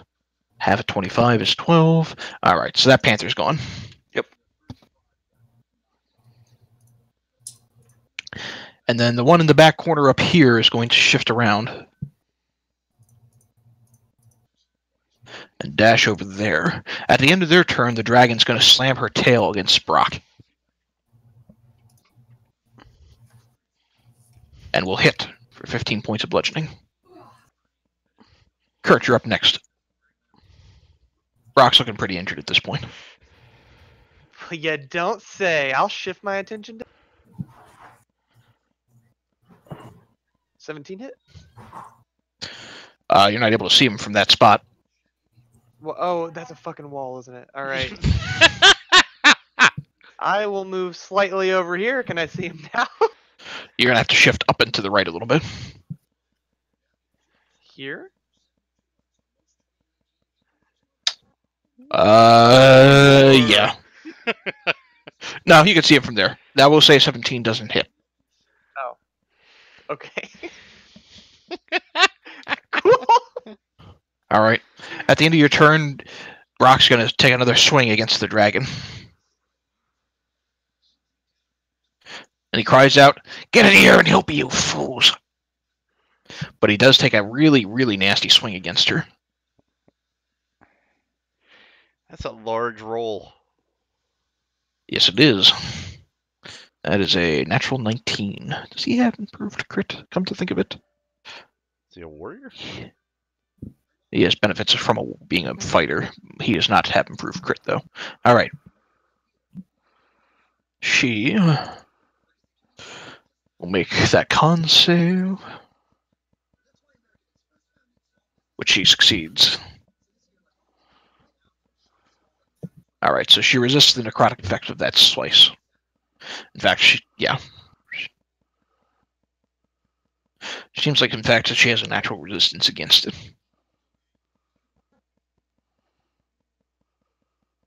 All right. That is that. Sir Bradford is up next, having now be on his feet. He sees Brock, wants to move closer, but the dragon is still up, and he's still technically afraid of it. So he is going to shift over down one, and he's going to cast Lay on Hands on himself for a total of 5 hit points Oh, for now. that's a weak lay on hands. He's more into fighter than he is into paladin. He's dual class. Oh, is he? I didn't know that. Yeah. He hasn't taken his vows as a paladin yet. Gotcha. And then he's going to repeat his wisdom save, which he fails. He's still afraid of the dragon, but he's going to duck around the corner here just so he doesn't have to stare at her. All right. The dragon's going to make another tail attack against Eddie,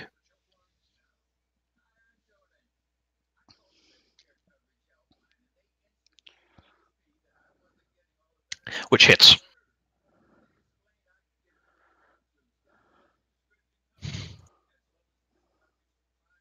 All right. Boyance, being completely startled by Will as a Tyrannosaurus, will begin strumming against her lute again, and she cries out in a little bit of terror, "A little help, mistress!" But in the meantime,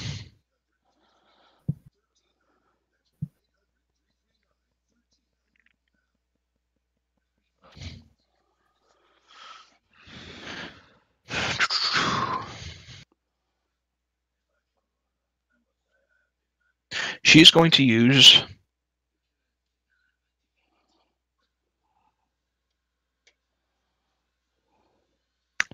She's going to attempt to cast Dimension Door, I think. I can't help but wonder, if he's a Tyrannosaurus, does that mean he dropped the bag? I think it technically polymorphs with him into his being. Yes. So technically it's on his person. It's wrapped around his, we'll say it's wrapped around his tiny little Tyrannosaurus claw like a little purse.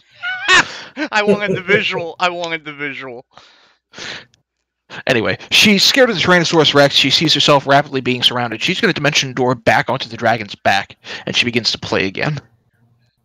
Someone want to counterspell that? I think I'd be hard as a Tyrannosaurus. I know, You I can't. can't. That's what I'm saying. Can someone else, please? The door begins to form. Anybody else? No, it completely forms. Okay. She teleports back to the start of the dragon, and she begins to play furiously on her lute. You see the dragon kind of rear back up as she begins to play again. Tuck, you're no longer stunned, but you are prone.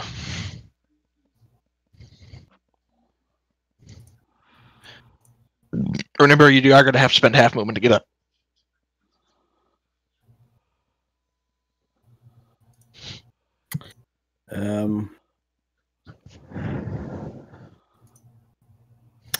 So I'm going to get up, so half my movement, so I have 25. Yep.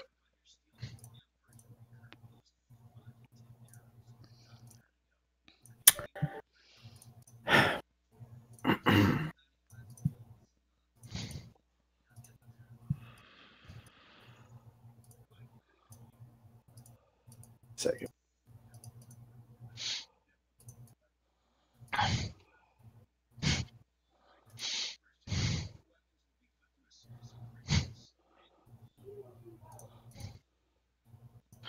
All right. One save for Sebastian then.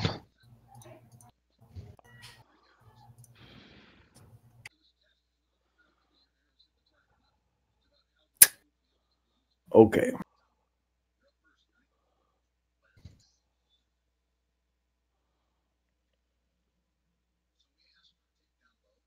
I'm going to use one key to do Step of the Wind, which gives me dash, Mm-hmm. which should get me here. All right.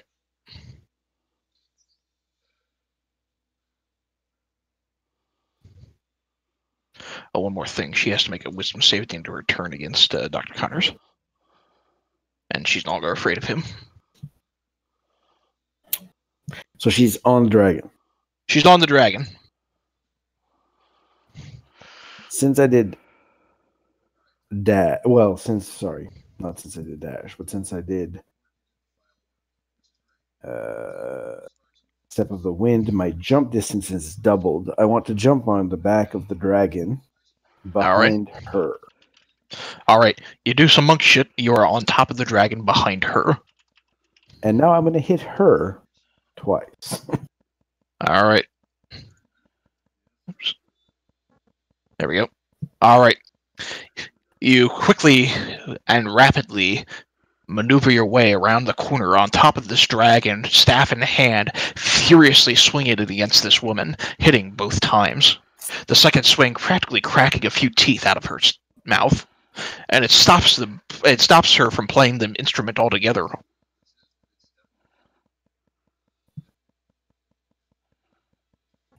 Yeah, take it, bitch. I'm going to... No, I can't do that. Hang on. Okay, I'm going to try a stunning strike on her. All right.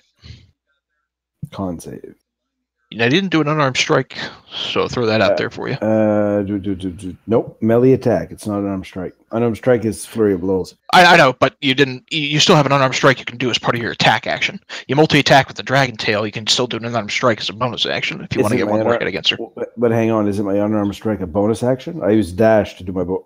Oh, okay. Yeah. Then you dash. Okay. Yep, you're right. Okay.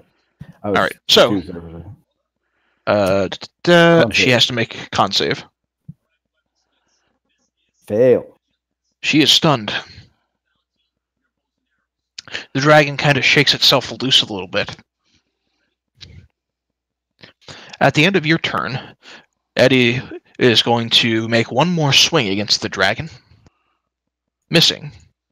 And he kind of steps a little bit around, trying to kind of keep his footing, and you hear a tunk. He stamps his foot for a minute, tunk, tunk, and he yells something in Thieves' Cant. Sebastian already made his roll. All right, Mr. T-Rex, what are you up to?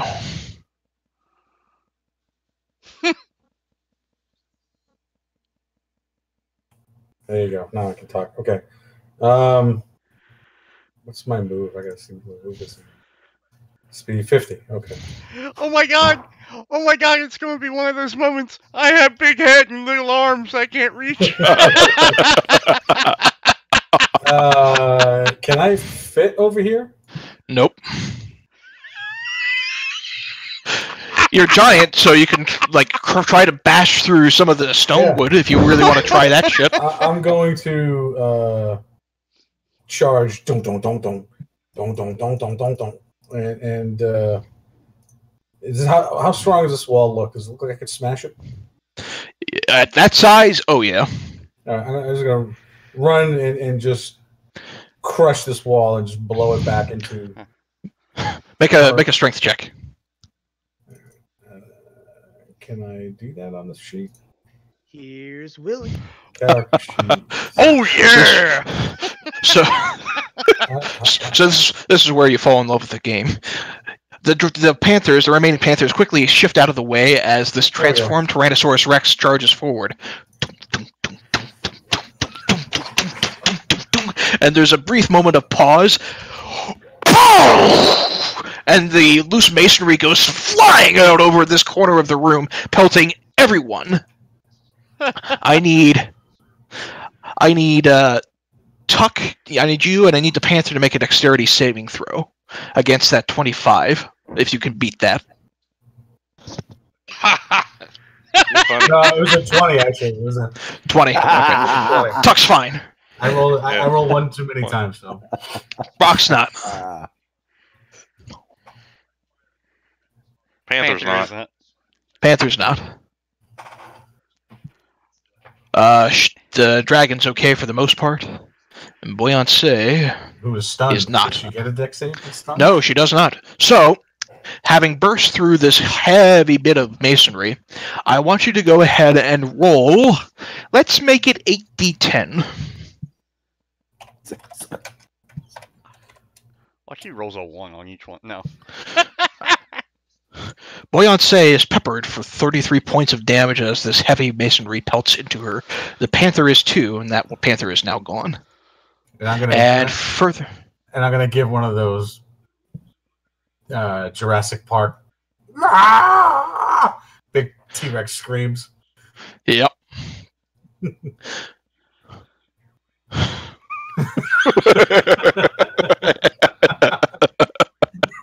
All right. At the end of your turn, then going to Sir Eddie's turn, he is looking very, very badly injured. You watch as he quickly disengages as an action. He kicks open what looks like an iron shaft underneath his feet, and he just jumps down. This fucking guy. Yeah, you were all worried about the dragon. Kent, at the top of the round, it's your turn. Kent's having no part of this. You know what? Ken is having one part of this. He's And going- for the record, there is no wall here anymore. Well, that's just fine. Because what Ken's going to do is he's this guy right here, right? And I need to kind of know if I can know something beforehand, right? So Shoot. this was the guy that was searching, right? Mhm. Is there any Yep. way I can surmise that I think he might have found what he was searching for before I move? Make an insight check.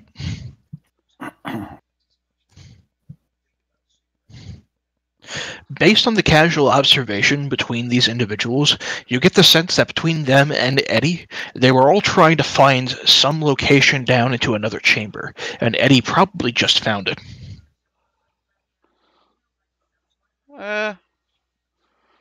Alright. For shits and giggles, I'm going to move the spear here on top of this guy, and then I'm just walking back toward the door. All right.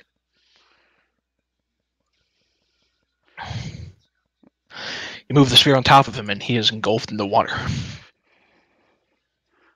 Okay.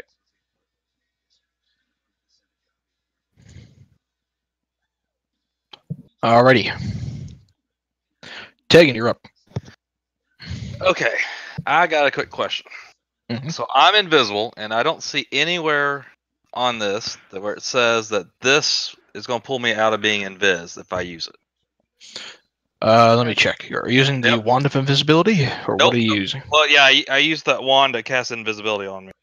Oh, wait, Wiggum's Wand. So you cast the spell Invisibility. Right, So but this says according to the spell, creature you touch becomes invisible until the spell ends. Anything you're wearing or carrying is invisible as long as it's on the target. The spell ends for a target that attacks or casts a spell. So if you attack and cast a spell, it ends the invisibility. It works like a regular No, invisibility spell. But his wild right, shape. but my wild shape is just an action. It's not a casting a spell, and it's not. You can wild shape while you're invisible. Yes. That is exactly what I wanted to do. Okay, so I'm going to wild shape into a giant eagle. All right. No And flying crocodile? What is that? And since I now have 80 flight speed, did I notice that Mr. Brock, where I was, jumped down some shaft? Yeah, from where you were, you would have seen Okay. it. All right. And if I calculate right, that's 55 feet. I'm going after his ass. Invisible. All right. All right. Invisible as you are, you're flying. All you hear is like that, like an eagle screaming, and it's like, what the fuck was that? All right. You book Oh. ass towards Brock. He is, as you make your way down, it's getting dark, but even with your eagle vision, you can see he is, he is now 20 feet below you on a ladder, and he is about to enter into some sort of chamber below. Okay. So- I'm still in pursuit of him. Okay. I don't have a If separate. I use up my 80 feet, then that's fine. Okay, you're about 20 feet up from him, invisible. Okay. I'll say that the chamber is almost the size of this. You're not able to get a good look at the chamber itself yet. I don't have a separate map for the Yep, chamber. that's fine. That's So- fine. I just don't want him to get away. Okay. And for your benefit, I'm just going to show him back up on the map there, but Okay. just know that he is yeah, he's he 20 is feet underground. ahead. Yep. Okay. All right. The dragon is completely startled by this gigantic Tyrannosaurus Rex, and she sees it almost as a challenge. But she's kind of sick and tired of these people crawling about trying to fight on her wings, so she's going to try to shake them off. Boyance is automatically going to fail and fall prone on the floor.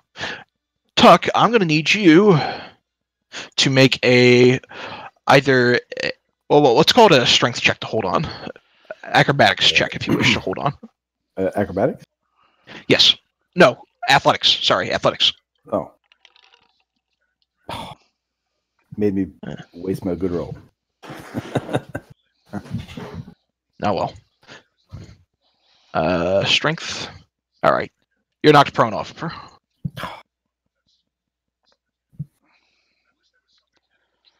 And so is Boyance. She's stunned. She should take damage on the hit. She takes 1 point of damage on the hit. There you go. All right.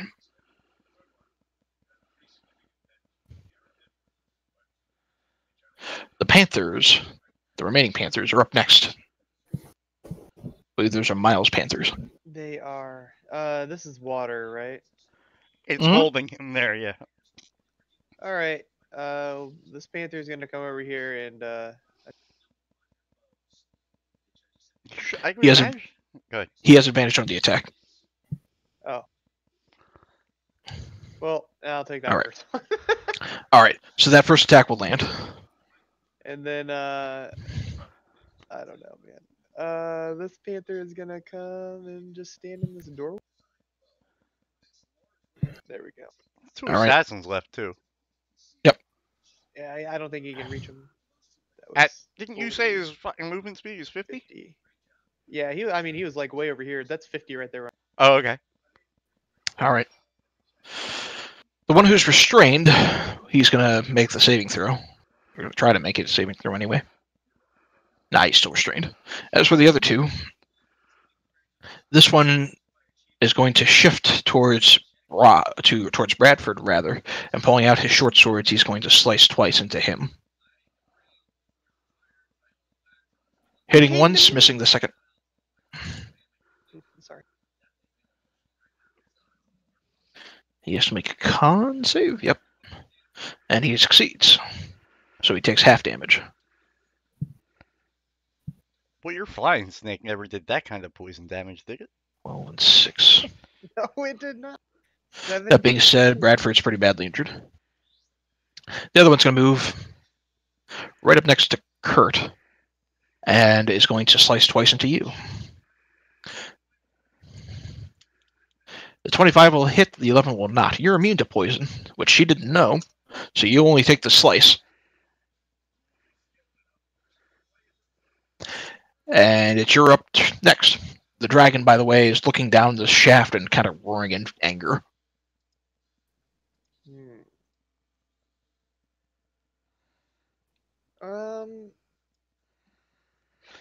I'm going to allow this guy to hit me again as I run my full 30 feet to Boyance and stab her with my, not my swords, my weapons.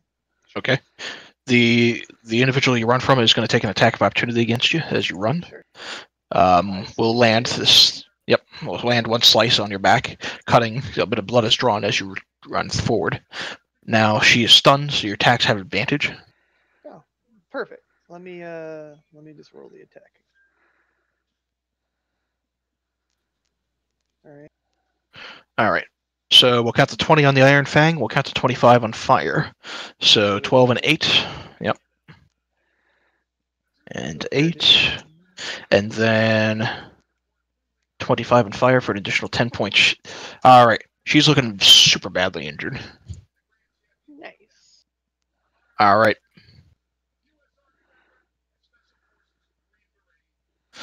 Radford is going to spend another 5 points to heal himself, I think. And then that's all he can really do. Boyance is stunned and can't do anything. Tuck, you're prone, but you're up next. I'm going to get up. All right. You get up. Boyance is stunned and looks like she's pretty badly injured. The dragon is more interested down the shaft. All right. I'm going to hit her twice. All right. So you take the staff, you punch it into her twice. How do you want to do this? I'm going to poke that staff right through her eye socket and come out the back of her fucking skull. All right. Damn. So here's what I'll say for your benefit. That crit will be enough that you do that. You take the staff, you twirl it around in a bit of anger and frustration, and with one hard stab, as she's stunned trying to get her bearings, she reels back in pain as the staff goes right through her eye socket, and she has kind of that kind of screaming in pain as you drive the staff clear through her skull, and she falls back. I'm going to use the second strike to hit the dragon then. Okay. Swinging the staff around with a flourish, you clock it hard into the dragon's side. He roars back in fury, turning back angrily at you for a split second. Dumb question. Did you not say the dragon kind of took flight? Or they just knocked them off? Dragon didn't take flight. Okay, I thought when you knocked them off, it was taking flight. No, it just shook them off. Okay. I don't think. Okay, so, and I hit... Shit. You hit the dragon with the unarmed strike as well. Yeah, I'll take off disadvantage here. Oh, I'm That's sorry. Yeah, you don't 18 get it. Yeah, so the 18 is not a hit. I'm sorry. Oh, it's not. The 20 would have been a hit. Okay. Yeah, 20 would have been a hit. The 18 is not. So I take that back. But I did hit it. So. Yes.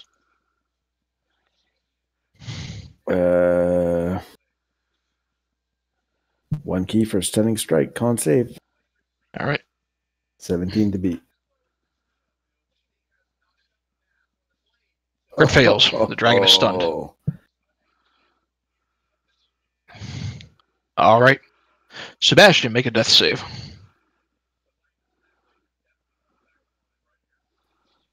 Failure. How many failures is that?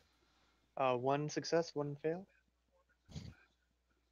Since the start of this entire thing, I thought you got at least one failure No, earlier.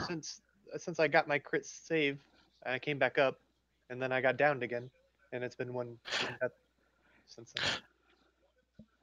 then. The rule of thumb is it doesn't reset until the end of combat. No. Yeah. So you got 2 failures on Sebastian. Okay. All right. Will, Mr. T-Rex man, your assailant, your watery assailant, is been stabbed through the skull by Tuck. The dragon is up and is stunned. Furthermore, there are a few of these assassins kind of roaming about. Brock has disappeared into a shaft. On the one hand, I thought that was super cool the way he put that staff through her eye socket and killed her. It's a great kill shot. On the other hand, I feel somewhat cheated in that I didn't get to eat her. I She's was still really- there. If you I was want. really kind of looking forward to that. Still there. You're still a T-Rex. No, Maybe with a corpse. no. First, I'm going to. I get 2 attacks. I get multi attacks. I'm going to bite the dragon and tail attack the assassin behind me. All right. Let's see. They both have advantage Oh, awesome. because the dragon is stunned and the assassin is restrained. Here's the bite. All right. Bite will land. You bite, huge creature that you are. Almost take half of this dragon in your mouth as you bite down hard against her. That being said, she is a large creature, so she's not grappled. Oh, I know. That's cool. And then the tail attack on the assassin behind me. Sure. What? Some loose bits of masonry fly up as the assassin, while still in the water, is not able to swim out of the way in time as your tail slams down hard on top of him. Wow, he's still up? Still up. Wow, that's a rugged assassin. Okay, I'm good right where I am. All right. Minions, but tough minions. This is not how you guys did a lot better at this fight so far than I really expected you to. All right. Tegan, from where you are in your invisible eagle form, you watch as Eddie Brock goes another 10 feet off of the ladder and begins to move into what looks like a large opulent room down to his south. Okay. That direction. About how far was he able to move? 10 feet down from the ladder and then another 50 feet Okay. down towards the south and around a little bit to the east. The entrance kind of curves back over towards where that bed is, if you will. All right. So I'm 30 feet above him and then 50 feet away from him at the moment. Then, right? Yes. Okay. All right. Kent, you're up at the top of the round. Okay, I'm up at the top of the round. Hold on. Mm-hmm. Is that the entrance to the thing? Yes. Kent's going to let go of his concentration. He's going All to right. take a dash. He's going to take a dash action, run all the way up to the open, what do you call it, and drop straight down, Okay. hoping to dodge the eagle. He's too big and the space is too small. You land on top of an invisible eagle. Okay. You are now riding Tegan on this back. Invisible. Okay.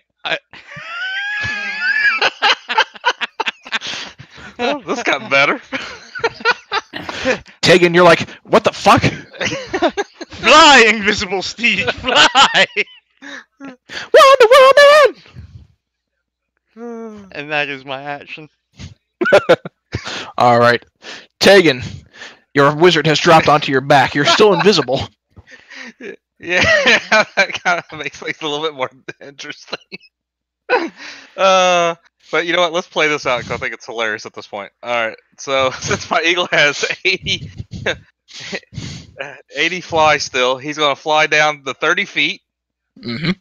And then with Kid on his back, he's going to fly 40. He's not going to do quite 80 feet. He's going to do 40 feet. So, so Brock sees this floating wizard coming after him. There's enough of a from your wings as you begin to beat ass towards Sir Edward Brock in the midst of this underground cave. Kent, you are peering around, but you can see a little bit of Brock, deep and dark though it is down here. There is a little bit of light allowing you to see him.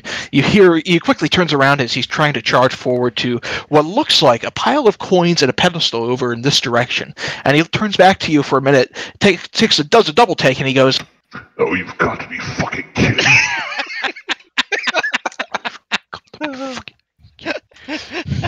Oh,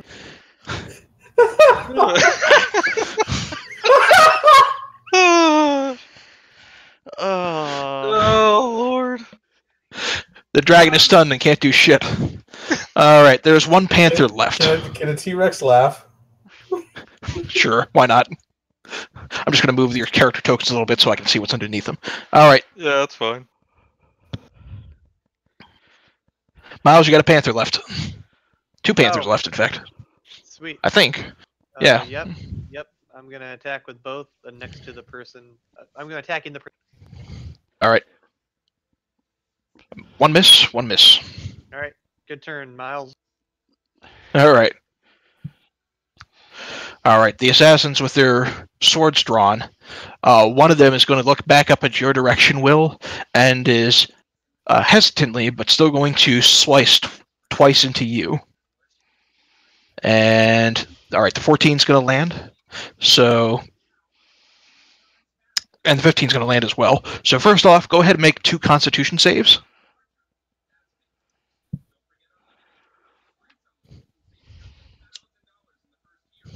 All right. All right, so you resist the first swing, you resist the second swing, you take half damage on both of those. At 14 and 5 is 18. And then I need you to make a Constitution... Well, yeah, because you're essentially concentrating the spell on yourself. I need you to then make another Constitution saving throw against the damage. Good enough? One more time.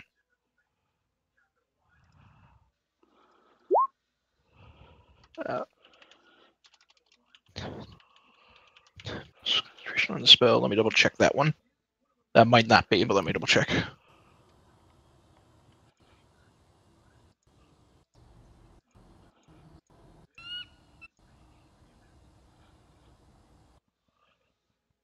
Oh, come on.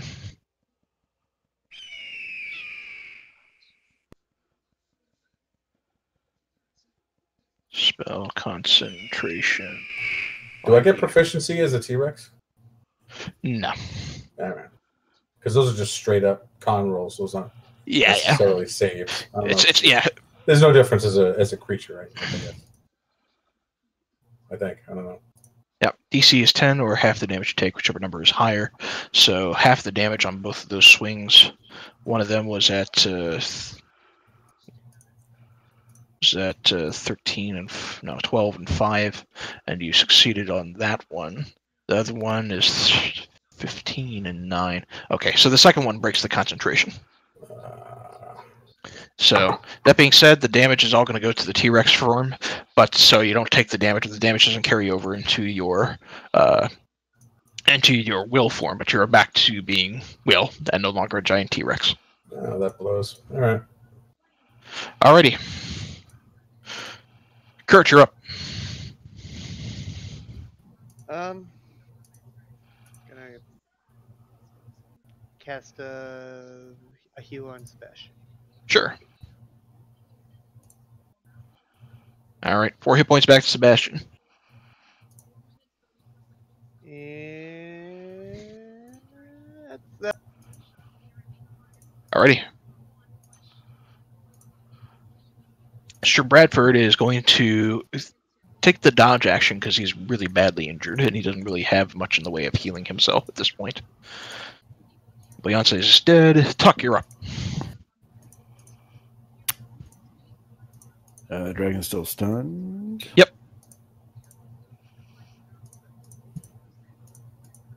All attacks against it would have advantage. And Bradford needs to make a wisdom save at the end of his turn. And he's still afraid. All right. 2 swings with the staff. Both of them will crack into her.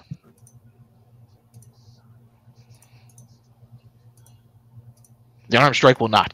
It's like punching a rock.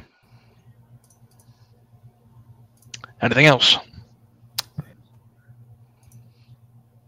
Flurry of blows. All right. The 19 will land. And I don't think you should be rolling those with advantage, though. He was on the dragon. He just forgot to take. Oh yeah, you're right. I'm on the dragon. Yeah. Yeah. Okay. Yeah, those will all land. Anything else?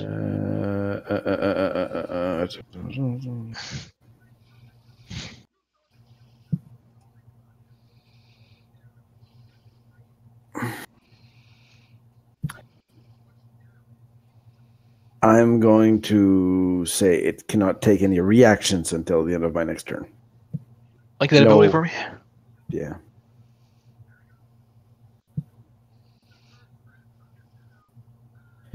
And there's no save against it. She's screwed. Wow, how about that? Well, no, it's just no reaction. You can't. Can't take reaction until the end of your next turn. Yeah. Okay. That being said, she is no longer stunned.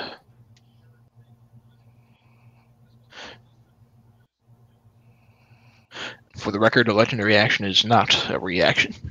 But she is no longer stunned, and she shakes her head and roars furiously, looking around. Sebastian is up next. Cool. Sebastian's going to attack this guy. Alright. Success. Rapid claws around his leg. He is grappled. Grappled. Grappled. Alright. Will, you're up. Yeah, I'm studying what I can do here. I'm tempted to polymorph myself again. That was fun. That was so fun. That was clever.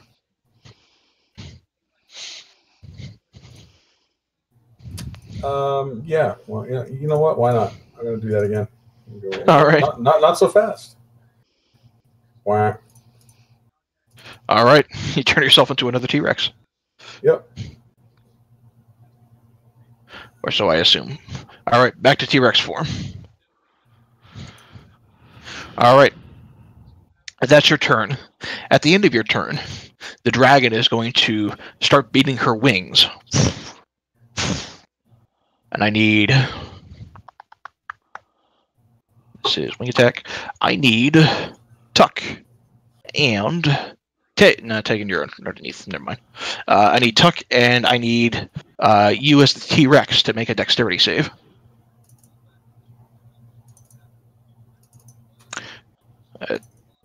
All right, Tuck, you don't beat it. That being said, I think you still take half. Yes. Plus 6. And Will, you don't beat it. So Will, you take 15 points of damage as the T-Rex. Tuck, you take half. We're gonna make that 7. You're both knocked prone. Will, because you're taking damage, I need you to make another Constitution check. You just have to beat a 10. For crying out loud. You're fine. You're still a T-Rex. And then after she beats her wings, she is going to book down into that same hatch.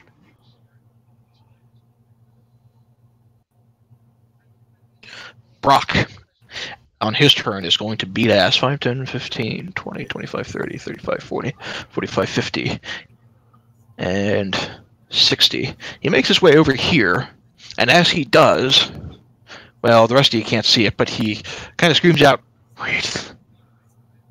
He screams out, Wait! What is this? What? Where? Damn it! Kent, you're up. You're still on top of Tegan, flying invisibly in the midst of this dark chamber. Okay. You can hold an action if you wish. I'm going to. Can I hold a spell cast? Yes. Okay. I'm holding Fireball for as soon as we get into range of Edward Brock. Okay. All right. Easy enough. Tegan, invisible winged bird man. All right. Then, well, let's just go to about there. All right. You fly in that direction. Kent, you're now within range to cast Fireball. As you get to that point, I'll add for your benefit that the chamber below is far more opulent than the ruins above you. Although it is dark down here, there is some light along some torches within some pillars that kind of line up this particular section of the hallway itself. And right about where on the map you see this bed, there's actually a raised dais. On that raised dais, there is a throne. And next to that throne are two small but still sizable piles of gold. Immediately next to the throne is a column, a small column, and sitting upon that column you see what looks like a folded up note, what looks like a golden gauntlet, and what looks like a silver horn. Okay. And Kent, you are in range to cast that Fireball. Okay. Am I assuming that the room is roughly the size of this, like here? Like More or less. Alright. So I want to catch Edward Brock in the Fireball, but I would like to not ignite the rest of the room. and Okay. I will save Tegan and myself from the effects of the fireball. Okay, I'll say this. It's going to rattle some of the support columns that make up the bit here, but it's not going to be enough to, within one blast, to take anything down. I'm I good will with add, that. also for your benefit, that there are a couple of fairly fine tapestries laid along the wall here that look to depict dragons. Which wall? That wall Okay. and that wall on the south. I'll tell you what. Let's make this even easier. Because I don't necessarily have to hold fireball. I just held a spell, right? You have to call what it is you're holding. So you held fireball. Okay. You either have to cast fireball or you just pass your turn.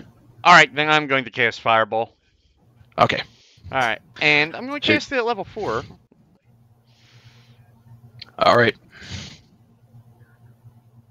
And I still haven't taken my action yet, right? All I've done is movement, correct? All you've done is move. Yes. Yep. Okay. All right. Wow. So flying atop Shit. the invisible eagle, you drop the fireball. Brock.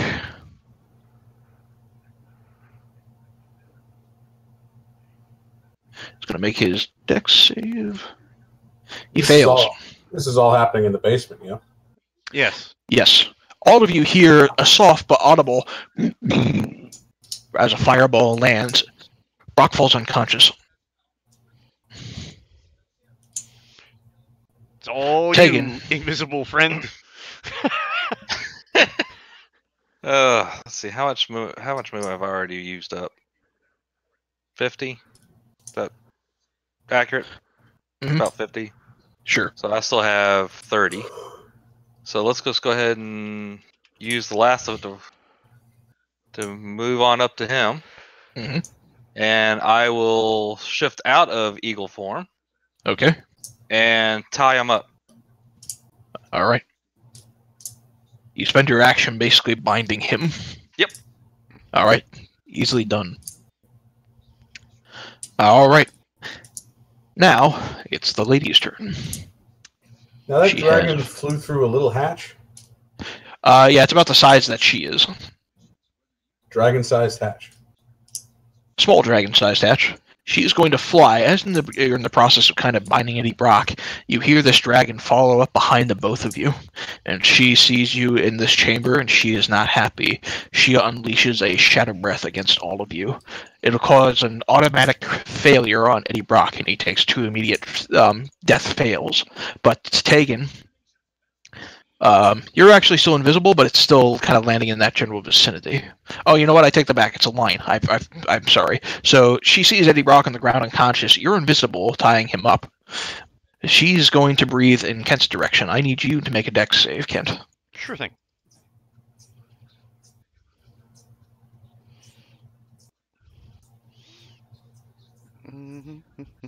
Where the hell is that? Wow, that's a big roll. Quick question. Mhm. I'll never beat that dex, but if I had used the staff to as a reaction to cast Wake Call, or do I have? Because I mean, you couldn't cast Wake Call as reaction if it was an actual action. What is it you're trying to cast as a reaction? Shield. You can cast shield as a reaction. That's how it works. Yeah. I'm pretty sure that's Yeah. exactly how shield works. Yeah. Yep. I don't know that that'll help me at all. It raises your AC. It's not going to do you any favors in making a dexterity saving throw. Yeah, I know. But you know what else it makes me do? If I What? survive this, it makes me have to roll a wisdom save. So you succeed on the dexterity saving throw, Holy- taking 28 points of damage as you avoid the worst effects. And now I know I must roll a wisdom save. Yes. Which I don't succeed on. No. I need you to roll D100 for me. I kind of figured you were getting to that. Where the hell did my dice roller go? Oh, there we go. Oop. 1. Okay.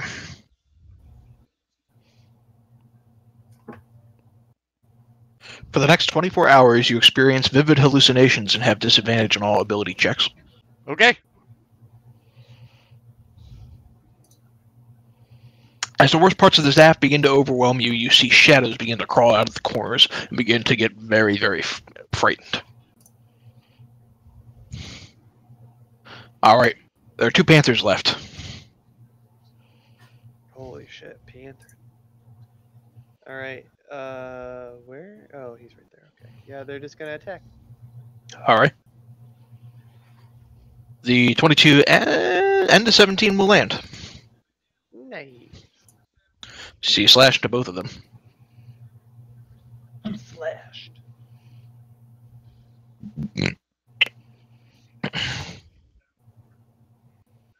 Alright. Their turn next. This one's going to turn around and slice at the panther, and the other one's going to turn around and slice at the other panther. Oh no. So the first one will take 1 swing against the panther. And that panther doesn't have enough hit points for it to matter. He's going to take his other swing against Sir Bradford. And misses. And then for the other one, 2 against the panther. And that last panther's gone. Alrighty. Kurt, you're up. Well, it just really feels like the place to be is in this hatch. So I guess I'm gonna jump down there. Alright. 5, 10, 15, 20, 25. There's about 20 feet left to go on this long ladder, if you want to keep going down. Yeah. If you want to dash as an action. I can use dash as a bonus. So I'll do that Okay. and then see what I see. Okay. You get to about there. It's fairly dark. You can see that the room kind of matches above, at least where the pillars were. It comes down to the south and then curves back around to the right. So I am down on the ground then? Yep. But can I see them at all? Or what's going on over No. here? No, there is a wall underground there. The one above, your Tyrannosaurus Rex friend smashed. Alright. I guess in that case. Can't really do anything. You know what I can do? I can conjure some ants. What are you conjuring? Whatever is the 2 beasts of challenge rating 1. Or no, hey, can I do the 4 beasts of half? Can I do wolves? Is that... Let me see.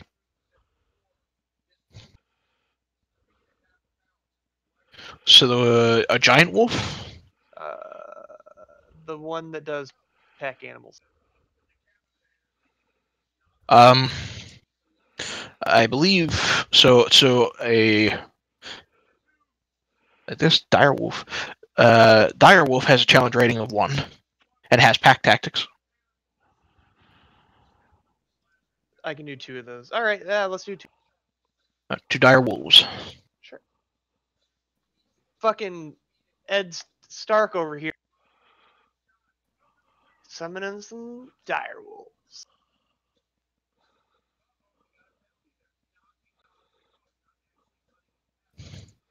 And I'll like put them here. Oh wow, right under my thing. That was great. And technically, it'd be what around? He can only see to here, right? He has dark vision, so he can see down this line. Right. But this hallway goes. The hallway goes down.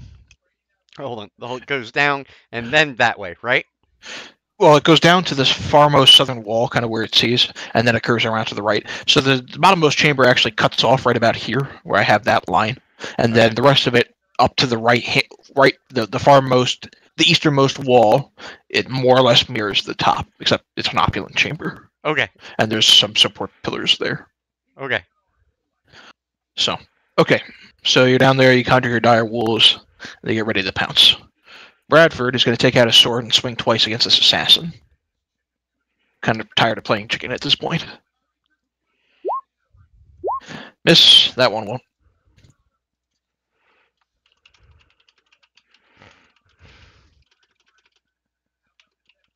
All right. Tuck, you're up. You're prone, but you're up.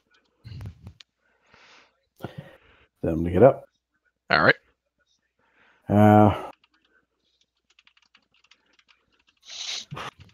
So there's 3 minions still, right? There are. Yeah, the 3 assassins are still up here. 20. So I will move here. Okay. And hit the one next to me. Okay. He is restrained, so you will have advantage against him. Oh, great. 1, 9. Okay. 2. And for what it's worth, Bradford's no longer afraid of the dragon.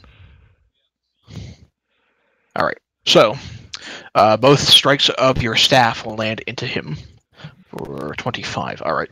He is very badly injured. It looks like if he takes another hit, 15s will hit him.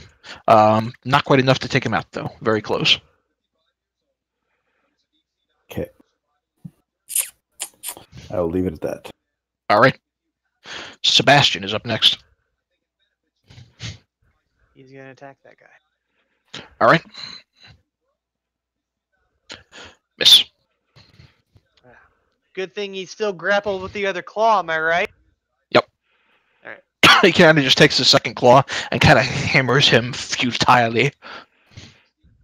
It's not his dominant claw. All right, Will, you're a T-Rex. You're too big to fit through that shaft. Oh, dang. It's going to be fun. Just stomp, stomp, whee, drop down the thing. All right. If I move, will this clown get an attack of opportunity on me, or is he restrained? And He is He can still get an attack of opportunity on you. He is grappled. Yeah. I don't want to take a chance he hits me and then knocks me out of concentration. So I'm just going to turn around and chomp on him. All right. Nope. Your head is too big and your body too big to kind of lean over at just the right angle to get him. And it's like the teeth just get over his head, and he's really freaked out by this gigantic T-Rex kind of coming down at him. And he's trying to move, and this crab isn't letting go. And he's going to die he's going to get eaten while getting killed by something he would eat. It's this whole circle of life precious moment. All right. Yeah, I can't do the tail attack on him as well, so I guess that's it.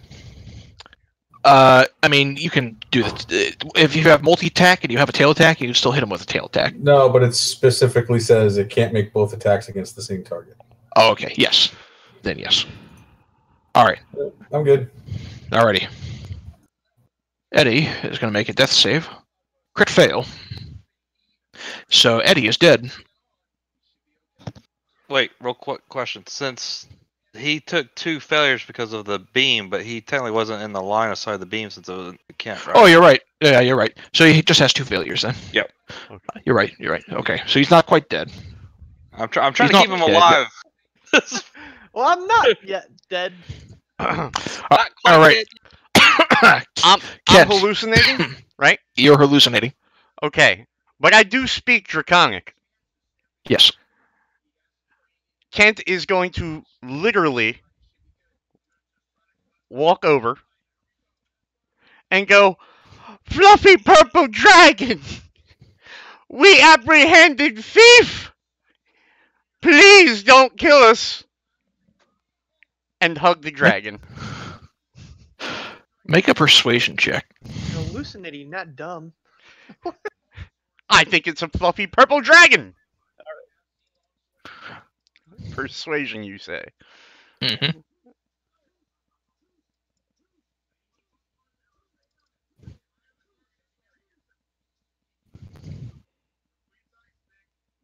I'm hugging the dragon, by the way. The dragon looks back down at you, really surprised and confused.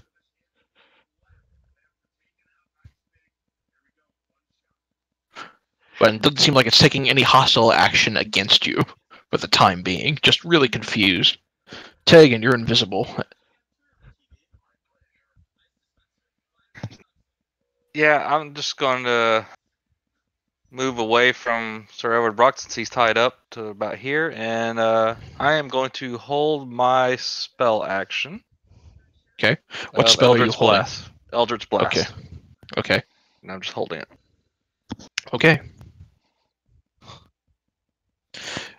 This giant dragon looks down at you, Kent, completely confused. It takes you with one claw and brings you up to eye level with this gigantic dragon kind of looking at you with a really confused eye. It's going to make a perception check to figure out what exactly is going on. If it can figure it out, I'll be surprised. It looks at you, and it looks at the staff, and it smiles. And she reaches out with her other claw and attempts to grab the staff from you. As she does, there is feedback from the staff. A dark blast of arcane energy. She has to make a Constitution save, which she fails. Oh shit. You are knocked from her grasp and fall prone. Okay. And I'd like you to go ahead and roll. Let's make this 5d8. Okay. 1, 2, 3, 4, 5. D8. Roll.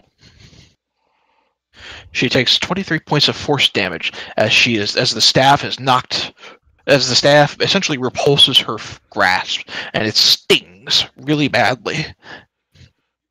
And she looks practically burnt by the entire affair. You can see dark tendrils. It's not necrotic, but it shifts up.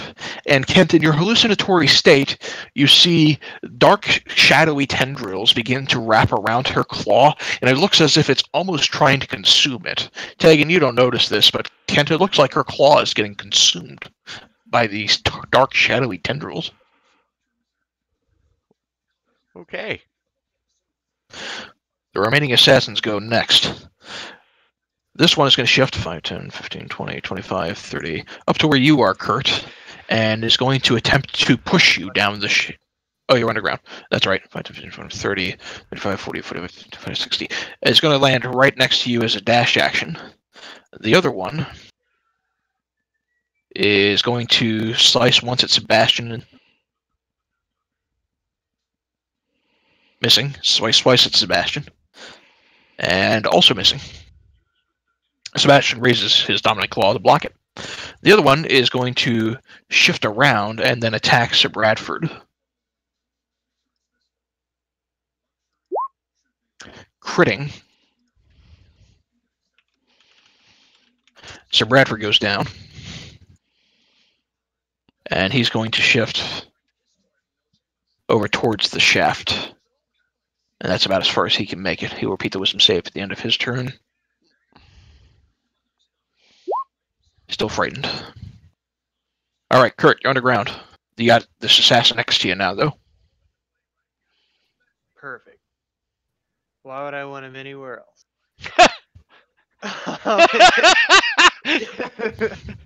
I'll one, I don't think I rolled for these guys. You didn't. Okay. Oh, you didn't? Yep. Go ahead and roll for them. We'll add them.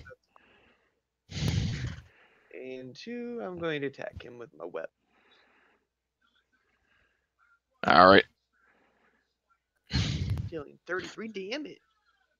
Yes, both attacks will land. And 23, not 33. That's what I meant. Yeah. No. Alright. Drawing your weapons, you hiss. Your snake-like appearance momentarily throwing this individual off guard before he begins to try to parry your attacks, but not enough. You strike in expertly, being well-trained in dual-wielding, and slicing both Iron Fang and fire into his sides. Bradford will make a death save on his turn. Is that guy still up? And fail. Is what guy still up? The guy I just hit. Is he still alive? He's still alive, yes. Okay, just make sure.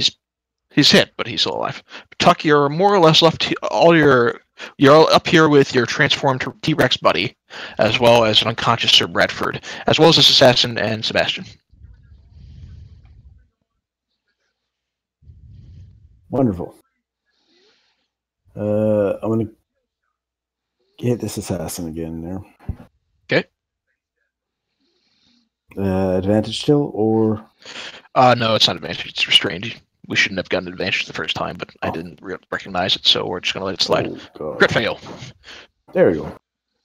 Sebastian almost gets hit, but ducks out of the way. The second swing manages to clock this guy out, and he is out for the count. Wonderful.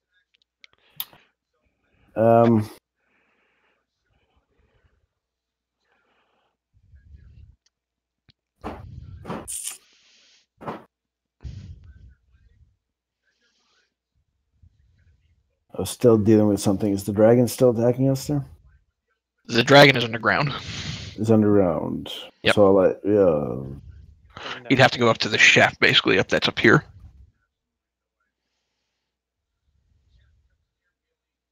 sure.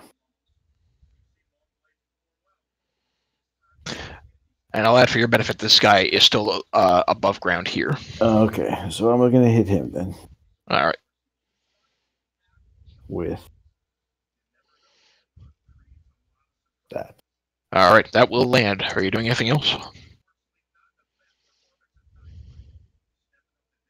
You can push him into the shaft where he can fall down and Yeah. take fall damage. Flurry of blows. Okay. All right, And another hit. that's funny.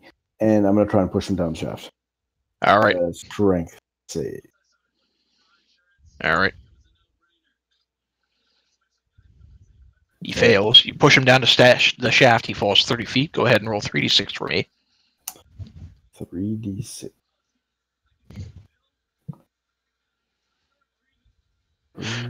Kurt, another one of these individual assassins, the woman, in fact, lands prone right next to you, flat on your face. And she looks more badly off than the other one. Perfect. All right. Sebastian's up next. I don't think crabs can really crawl down ladders. So Not easily. he'll wait at the top. Oh, I guess, All right. yeah, that guy's... All right. Will, still a T-Rex, but now you're up here alone with Tuck, who just knocked the other guy down the cliff, and Bradford, who's unconscious.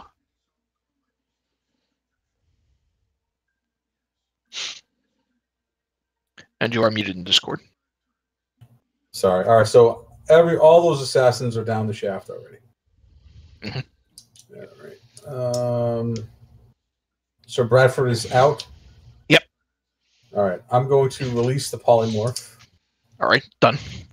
and I'm going to move.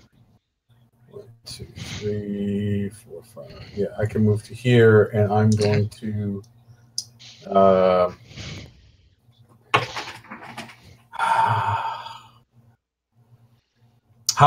He's obviously worse than I am because he's out. So I'm going to use the instrument to cast Cure Wounds at 3rd level.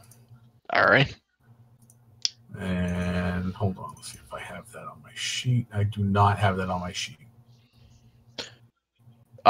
Here, I can just drag it onto your sheet real quick. Oh, Okay. Cure wounds. I got it. Actually, there you go. Do you? Okay. Yeah, so that's I built it in as an attack. I didn't realize Okay. that. All right, so that's All right. on. So Bradford. All right. And then as a bonus action, I'm going to cast Healing Word on myself. Okay. And that's going to be, let's see. I'm going to cast that at 2nd level. All right. So 8 points for me. All right. You reach down, grab Sir Bradford, who goes, Brock, where is he? Relax, Sir Bradford. Relax. Says we'll give it a moment because we can't act until our next action round. Since I've already taken out. Did you add the 8 points for me already into that? I did, yes. All right, so the 14 includes that. Okay, good. And that's it. I've moved, I've acted, I've taken a bonus action, and I am good to go. All right. The dire wolves are next. I need to go outside for a minute. I'll be back. Sure. The dire wolves, being as dire as they are, have a movement of 50 feet, and they will use it. All right. Next to Eddie Brock. All right. Now, if you're going to shift by the dragon, it is going to take a tail swipe at one of them.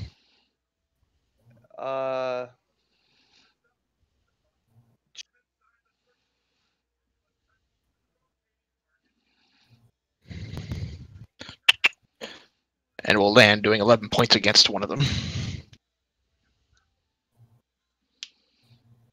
All right. The dire will shift up to Edward Brock.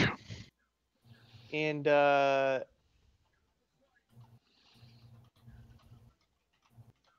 yep, they're not gonna attack him, but they're gonna be right beside him Okay.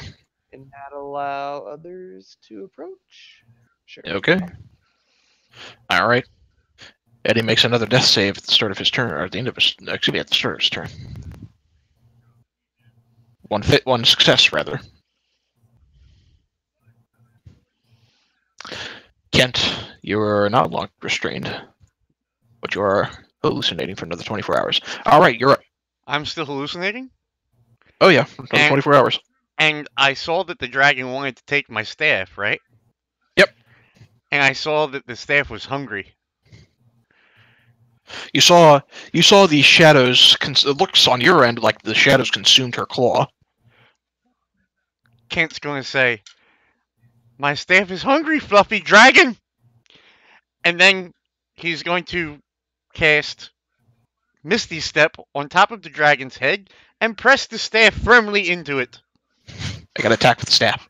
I will try. Looks like meat's back on the menu, boys.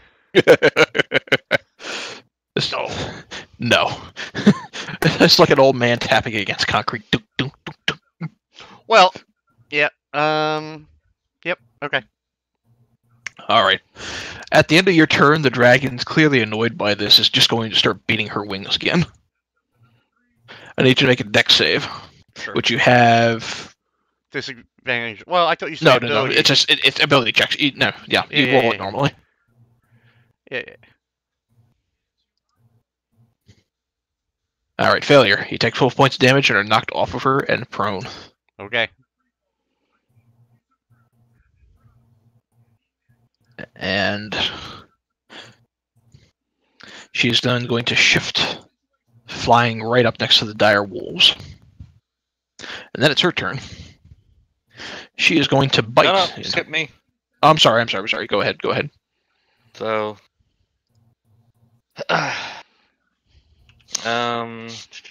what I'm going to do. She's back over wherever she. That's fine. She can be there. I'm not attacking her anyway. What I'm going to do is cast Healing Word level 2. Is that what I want? Hold on. Got my spells mixed up. Yes. Healing Word level 2 on Kent.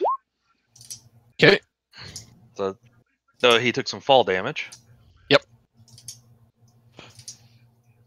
And then for my action, still Now, you're not invisible because you just cast a spell. I know. I'm going to approach the dragon and say, "We are not your enemy. We were merely trying to stop someone from stealing your stuff." Make a persuasion check.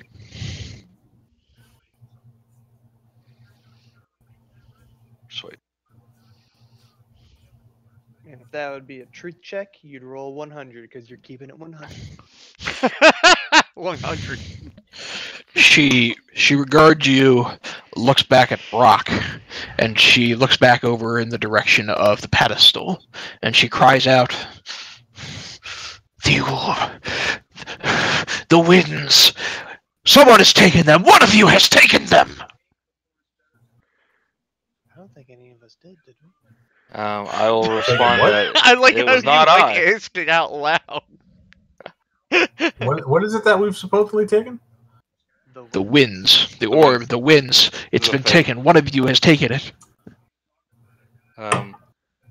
It was not us Better that track have record. taken it.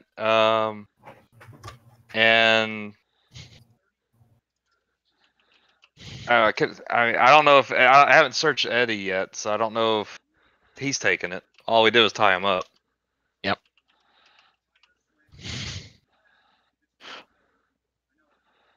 So, All right. but I suspect it's someone else has taken it, not anyone who's currently here. Is what I'm All right. feeling. That's what I'll say. She will reach through the dire wolves, taking Eddie in her claw, and begin to thoroughly search him. Okay. Still within range. Yeah, I mean, I understand. Do I like? I said that they. If weren't you gonna allow if you anyone really want to use approach the him. yeah that's true. Okay, if that's going to be the case, she's going to try to reach out. Seeing the dire wolves try to block her, she's then going to attack the dire wolf she harmed earlier. All right.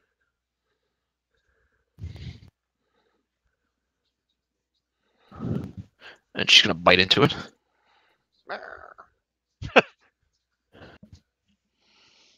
Very badly injuring that wolf. And that's going to be her turn. All right. The assassins, the remaining assassins, the one will get up off of the floor. And seeing you, Kurt, they're both going to attempt to slice into you. Who doesn't want a piece of this? Am I right? And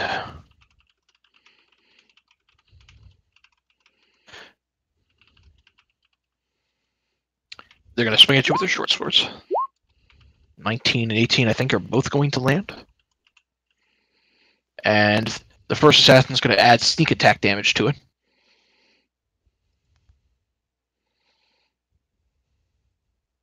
So you're immune to poison. You don't take any of the poison. Sneak attack. Holy. So 4 and 5 is 9 plus 18. So you take 27 points from the first one. And the other one's going to slice into you. Miss and a miss. All right. So for both of those early swings, for that first one, we're going to add the 8 sneak attack damage to it for a total of 22. I need you to make a Constitution saving throw for the, excuse me, a Constitution check for, is it saving throw or check? Damn it, I don't remember. For what? For concentrating on a spell. It's a con save. I believe it's a con save. Yes, con save. So I need to make 2 con saves. First number beats 11, second number beats 10. All right, your dire wolves are gone. All right, you're up, Kurt. Which one just fucking sneak attacked me? The one to your straight north, the one you attacked earlier. Yeah, that one I'm attacking. All right, Iron Fang will land. Thunder will not, or fire rather, will not. All right. I love that you're At like, the- which one did it?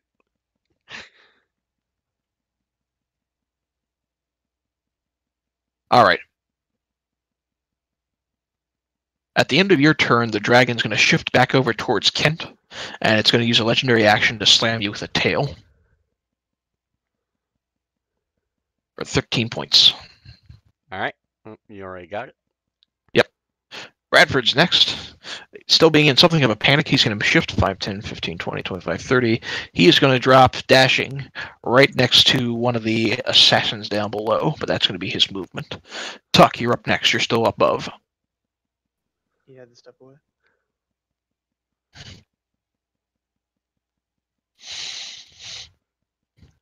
He still stepped away. I'll just take his turn so we're not here all night. Oh, sorry, I'm still here. I was muted. Okay, so I'm still above. Are those 2 bastards above or below? They're both Below. below. The only person who's above anymore is Sebastian is Will. I'm gonna go down below. You can, within the span of about 40 feet, get right there. I will get right there. Okay. So The bottom of this passage is now kind of blocked up. perfect. So the right and left guy there. Do I have advantage on either of them? I mean, No. I do not. In that case, I will just hit the one to my right. Okay.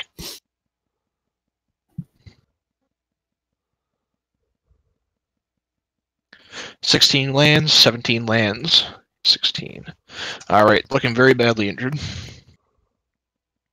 Still kind of panicked by this entire affair. All right, the lady of the three goes down as you clock her. I am done. All right, Sebastian's up. He's still at the top, kind of teetering above. Yeah, he's just gonna stay there because I know as soon as he tries to climb down those stairs, he's gonna fall and kill himself. I mean, you can always try. Will, you're up next. Yeah, that's all right. Hey, you could try to shoot in that hole. Just lean over the edge a little bit.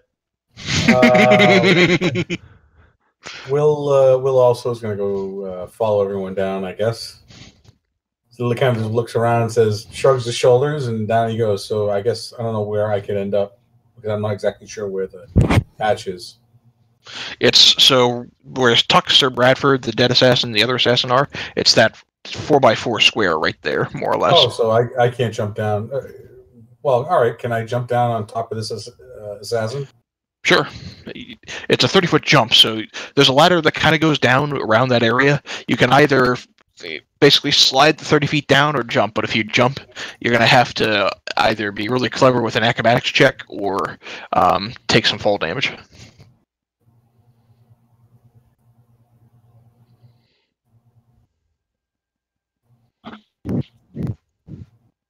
I'm thinking. I'm going to try the acrobatics roll because I'm feeling it. All right. So what will that allow me to do, the acrobatics roll? Just allow me to put myself down there, like, to the side or something? It'll basically let you spend... I'll essentially allow you to land feet down on top of this guy, and we'll say... you're still falling, so it'll only take about half damage at fall damage. What about, can I land on top of the other guy? Sure. It's still, yeah, you can still make that acrobatics check if you want to knock him prone, essentially. Stand on top of him. I've got 14 hit points. This is probably not the best idea. No, you know what I'm going to do? I'm going to just kind of lean over the edge, look down at him, and go,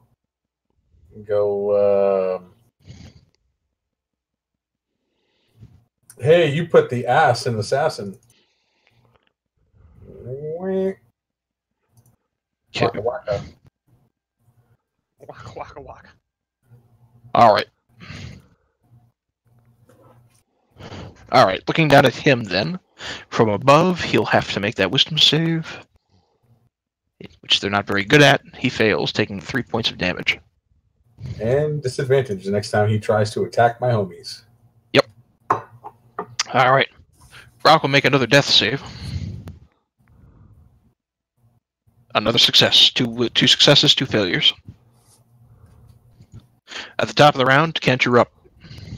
You're prone. All right, I'm prone. I'm going to stand up. Mm-hmm. I'm going to yell at the dragon. That wasn't very nice, fluffy dragon. And Kent is going to, I think I got to do it with disadvantage because I'm this close, cast Firebolt with the staff and try to expend the charge. Attack rolls and ability checks are not the same, so you roll it normally. Yeah, but aren't I within 5 feet? Yes, it would be a disadvantage because you're casting a ranged ability within melee range. Right. Yep. Nope. Like a candle. And let's see something real fast. I'm going to Misty step away from the dragon.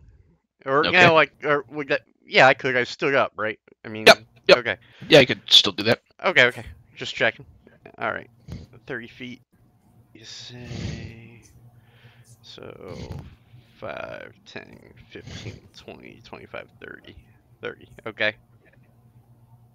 All right. You bamf away from the dragon to the far southern wall.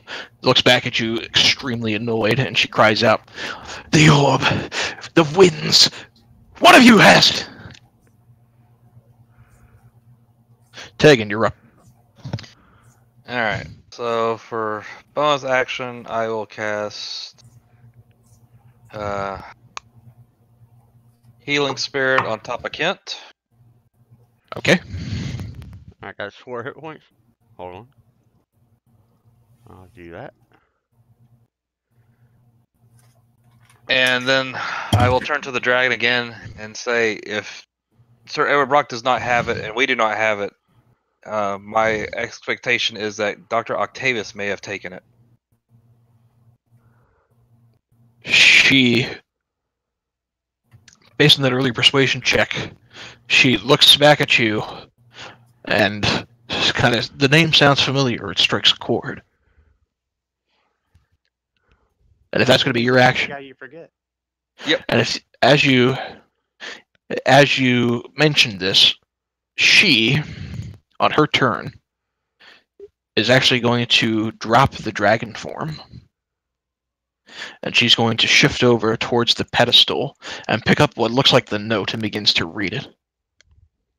And as she begins to read it, she cries out, "That miserable little gnome!"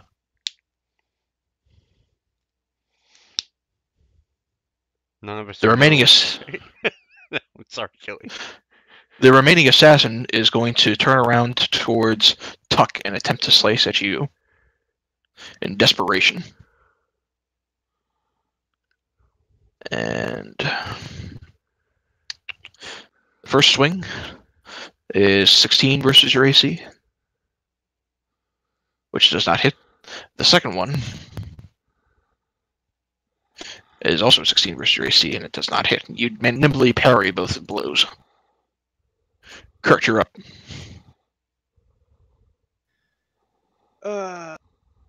This one here, I'm going to attack Where are you on the map? underneath. An assassin. No, he's underneath Will. Oh, there you are. Oh, hello. All right, 11 misses, 10 misses. Okay. He should have stayed hidden under Will. All right, Sir Bradford, who has shifted down here, is drawing his sword, and he's going to slice twice against this individual. The 18 will land, doing a little bit of damage. Tuck, you're up. I'm going to hit that other assassin. All right. On my page here.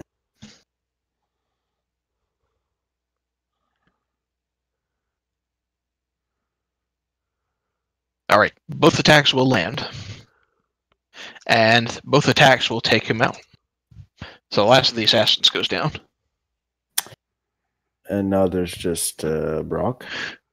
Brock, who's unconscious and tied up and dying, and the lady who has transformed back into humanoid drow form.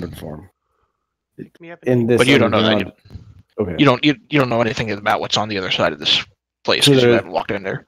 So there's a wall under here too. Mm-hmm. Okay.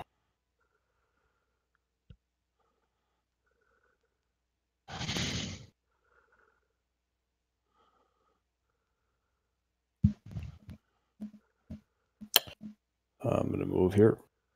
Okay. Here, sorry. As you get a view of this area, you can see again a much more opulent-looking chamber, tapestries of dragons. There's 2 sizable piles of gold next to a throne on a raised dais, as well as a column that contains this note, which no longer contains a note because she's now reading through it. Also on the column is what looks like a silver horn and a golden gauntlet affixed with gems inside of it. I can't do anything else. So like a horn, like a doo-doo-doo horn, or like a horn that you put gunpowder in, or what kind of horn are we talking here? Like a calling horn, something you would blow through. Got it. The horn All of right, so- Gondor. Yeah, sure. All right, so Sebastian's just going to stay up there, I assume. Yeah. All right. Will, you're in this corner. Okay. Now, what can I see? I mean, how far down can I see? You would have to come out of the southern sort of alcove in order to see around to where the rest of everything else is going on. Yeah, let's do that. Let's see. Actually, you're still up top. You still have to climb down. Oh, thought all right, you- yeah. Let's do that then. Let's get me Okay. down into the. Yeah, that's 30 feet to basically get down, and then you can move another 30 feet as a dash action if you wish. All right, so down would be where Kurt is, say. Yeah, And then more or less right on top of that guy. 1, 2, 3, 4, 5. So I can get myself to say here Okay. with a dash action. Okay. After dashing through, you can see that the dragon is back in her humanoid form, reading through this note, screaming about a gnome. And you can see, again, the opulent room, all that jazz. All right. Brock will repeat a death saving throw to determine whether or not he lives or dies. He dies. What a shame.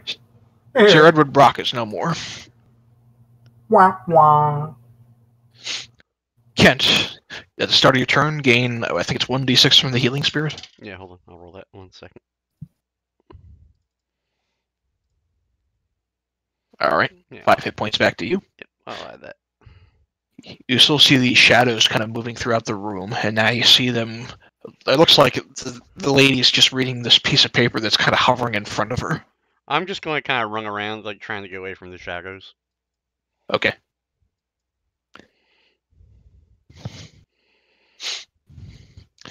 Let me ask, for the sake of ease, do any of the rest of you, as you kind of move in, have any intent of combating against her? She looks very badly injured at this point. I do not. That Tegan does Probably not. not, but yeah, that's fine. No, Will does not. In fact, he's glad to see that she's now no longer charmed and seeing at least being somewhat reasonable. As I move into the, I think you're gonna stop turn order. Yes, if none of you are going to go against combat or intending to go against combat in her, we're going to go out of combat. You'll see Kurt Connors when he comes into the room and sees Eddie Brock on the ground. He'll run over to him. He'll kneel down beside him and begin removing his Removing his what? Boots, boots. Oh, his boots. stolen boots. He gave you those boots, remember? Oh yeah, I got my boots back. I'm taking his now. Okay. You get a pair of leather boots. Sweet, thanks. Will is actually going to tell, I guess, Tuck, since he's right next to him, I'm going to head back upstairs and just look around real quick to make sure that, coast is clear. So I'm actually going to go back up and just look around the area of the house to make sure that, no one else is coming. So, You take you take a quick glance. As far as you can tell, there's no sign of anybody else in imminent pursuit or anybody about to assault this place. It seems like, for the most part, people try to avoid coming here unless they absolutely need to. Then I'll search my Aquarian friend. Okay. I'm gonna tell Sir Bradford about the healing spirit down there, so he can go down there and heal himself up with as much as you want to give him. Okay. What's left of it? He'll just take probably 4 charges of it, 4d6 for now, because he's kind of still has vitality sapped otherwise. Well, perusing around her, you find a satchel containing 100 gold. Okay. As well as 4 paradots worth 25 gold apiece. 100 gold, 4 paradots worth 100. How much? 25 a pop. A total of 200 gold. Otherwise, she's wearing much simpler looking leather than the ones you stole off of her earlier. Her weaponry doesn't look like it's anything special. What was she using for an instrument? A lute. Does it look Similar to the special at all? one. It's I mean, similar in style to the one your master was using, but otherwise there was nothing special about it. All right.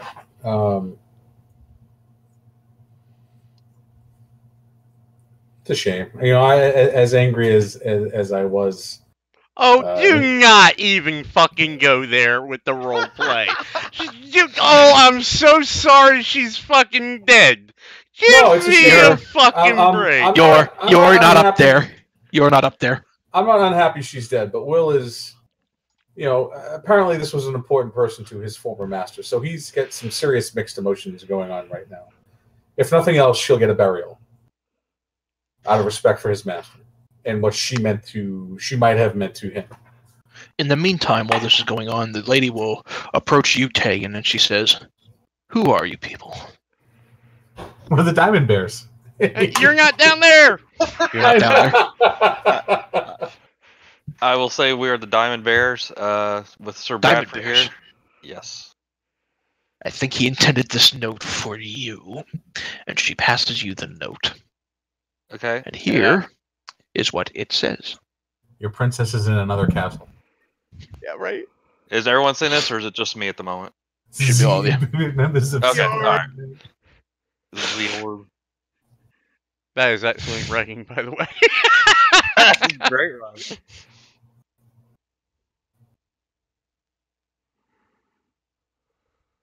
Leeching Roach.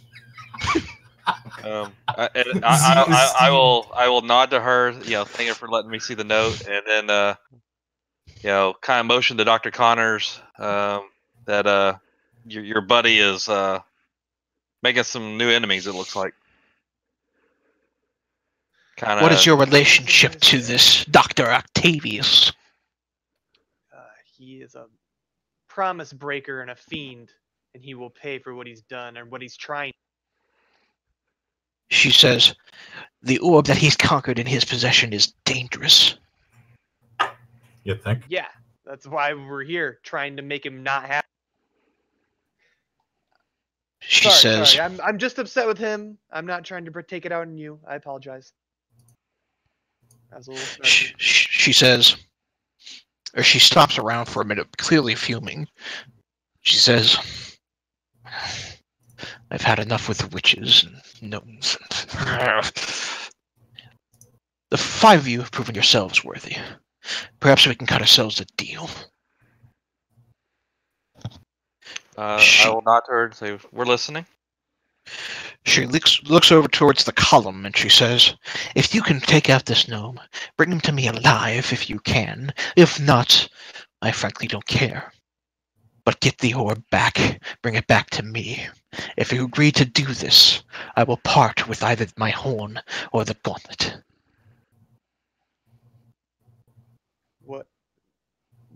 What do those do? She says, the horn can summon the spirits of the dead to aid you in combat. The spirits of valorous but fallen warriors. The gauntlet has chaotic fiery energies that can aid you.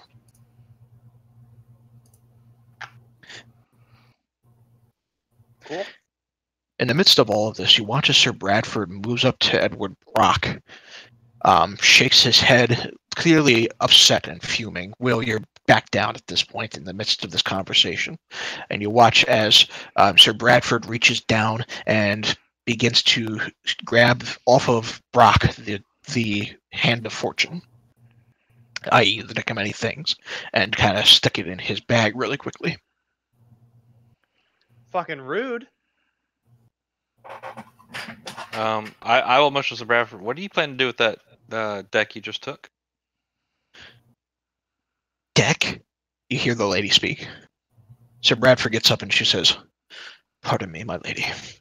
An item stolen from a long-fallen friend. This one has been under my radar for some time.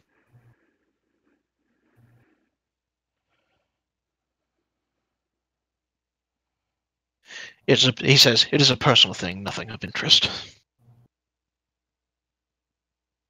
She nods and looks back over to Tegan in the midst of this conversation. Sir Bradford will wander back over towards you, Will, and very quietly slip you the deck of many things. And will slide of hand it into the bag. Excellent hand check. Oh boy, I should have kept my mouth shut. Yeah, what? Yeah, that's a great idea. I'm going to Bardic Inspire this just because this would be a stupid roll to not make. Hopefully I don't need to roll the D8, but you know what? I'm going to anyway. All right. Well, 24 hopefully is... You think she doesn't notice? All right. So, and can I say something to him without, can I sub-vocalize something to him without everyone hearing? Might be difficult in this chamber. Okay. All right. She says, if you agree to get the winds back to me, along with the gnome alive if possible, I'm willing to part with one of my magic items. Mm.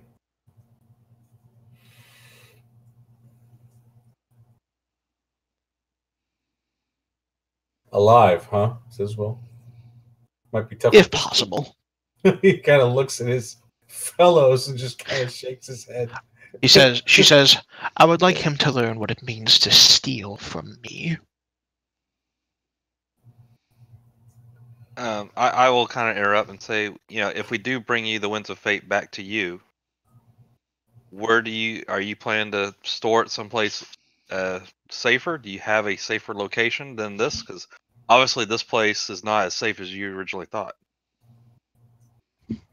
She says, the Winds of Fate, while powerful, are within their own right fairly minor.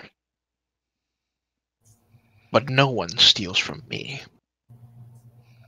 I'll say there has to be one more condition. I am not in the habit of listening to conditions to my deals. It'll be lizard. an easy one, I promise. You get to give me a ride as a dragon. I want to fly for a little while. Make a persuasion check with disadvantage. No, disadvantage. You were her But I enemy love 10 minutes dragons. ago. I love dragons. Also, I never hit her once. I don't think. Maybe my Panthers did, but persuasion. Let me turn on disadvantage. Yeah, I'm going on that ride. Fine. So,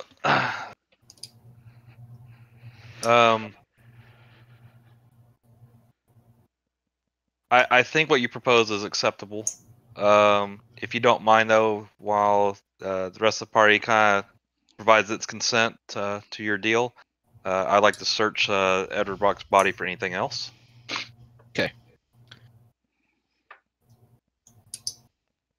On his body in particular, you have there is a pouch containing more or less a combined total number of gems and gold, totaling out to be 500.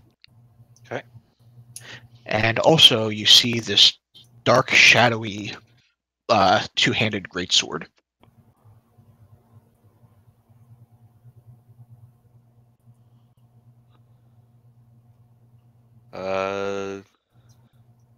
You know what? I'll pick up the great sword just to see if anyone reacts to it. As you pick up the sword, you hear a voice within your head say, Thirst must feed. It's so wrong.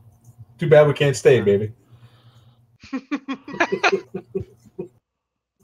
Oh, why did I get the feeling I just entered sword guy animation?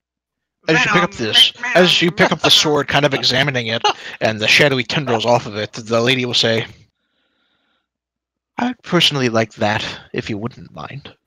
Call it a trade for the weapon that I'm offering you. She wants the venom sword. Yes. Not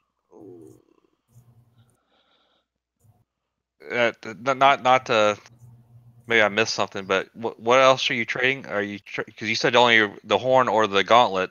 Are you now trading both? I'm willing to part with the other if I can have that. Don't do it. Let me confer with my colleagues real fast. So, At your discretion, I need a drink. Yep. She wanders over to a nearby wine cabinet, shall we say, that's within this opulent chamber. Yep. Pours herself a drink. Hey, So, real fast, as Crow brings that over to us, right?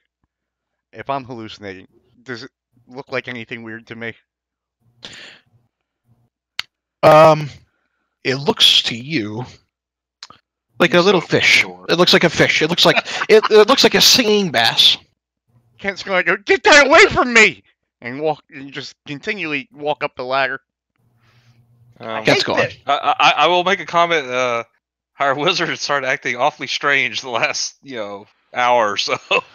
We might need to keep an eye on him. But I will, show the sword to Sir Bradford and tell him, what do you think we should do with it? I mean, I have no use for it, so He says, You gonna tell anyone about the police? he says, that's so. Let's I'm confer. loath. He whispers it lowly and he says, I'm loath to part with something so clearly evil with a shadowy dragon, but frankly, I think we get the better deal if we part with it. She seems keen to simply let these magic items stay within storage. It looks as though our GM is trying to put an end to this weapon. Well, I'm not willing to hold on to the weapon, so if I'm willing to give it to her, so if someone is against that, you need to speak up and take the weapon. Oh man, Miles wants to take the weapon so bad, but I know my character.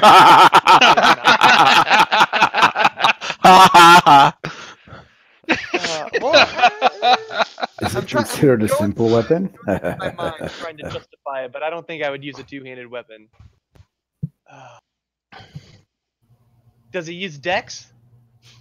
No. Oh yeah, no, probably not. So if there's no other objection, I mean, does anyone else want this?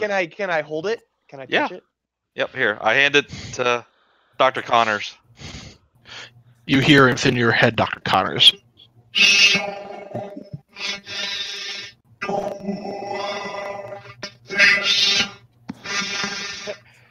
I don't know what you're saying. Yeah, that was actually hard to make out, Kitty. Said, souls so delicious. Oh, all right. You're a soul eater, eh? Too bad we can't stay, baby. Are you bound within this weapon? Can I talk to it in my mind? Do I have to be allowed? I don't know. Are you trying to talk to it within your mind? I'll try that first, and then I'll. All you hear is. Must feed. Must drink.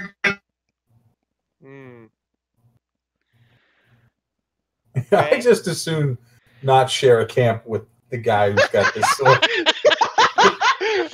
Yeah. Oh, fuck. Yeah. Can we get? Yeah, that's not good. We This can isn't have going to one of end those well. weapons now, and then we can give her this great axe, and then get the other one when we bring back the gnome. I don't know.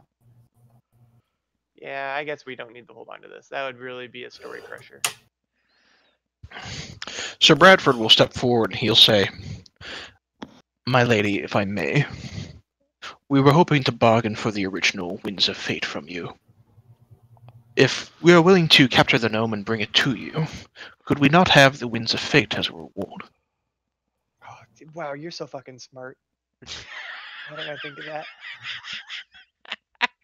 That's way better than those two items I'm not going to use. She says, I would be amenable to that, yes, though I would not let you part simply with one of my items. I am still willing to trade one of them for that sword. Yeah, I'm down. Whoever wants to haggle for these. Kral, do you want to pick one? What? I forget. I know there's two items. Which does each one do? Because I don't know which one we'd make more of. She mentioned that the horn would summon the spirits of the long past Valorous to fight for you, and that the gauntlet had chaotic fiery energies within it. Well, peering at both of the items, even from this distance, if you were to just sell them for the raw value, not knowing too much about their magical value, the horn would sell for about 800 gold. The gauntlet would sell for about 7,500. Oh boy. And the gauntlets are plate? It's gold. Solid gold. Did you say 800 versus 7,500? Yep. So, not that I'm like a stickler for this, but do we really need gold? I have like gold coming out my ears. Yeah, we're kind of gold flush right now, but never look the gift horse in the mouth. I say. Yeah, What does that gauntlet do? She says, it has within its power the chaotic fiery energies that you can use to blast at your opponents. Yeah. Right. Does it also blast my friends? If you're not careful. If you're not careful. I mean, I personally think the gauntlet would be more fun than the. We already have something that can summon undead, right? That's I mean, true. Yes. Dr. Carr already has something that can raise the dead. That whistle.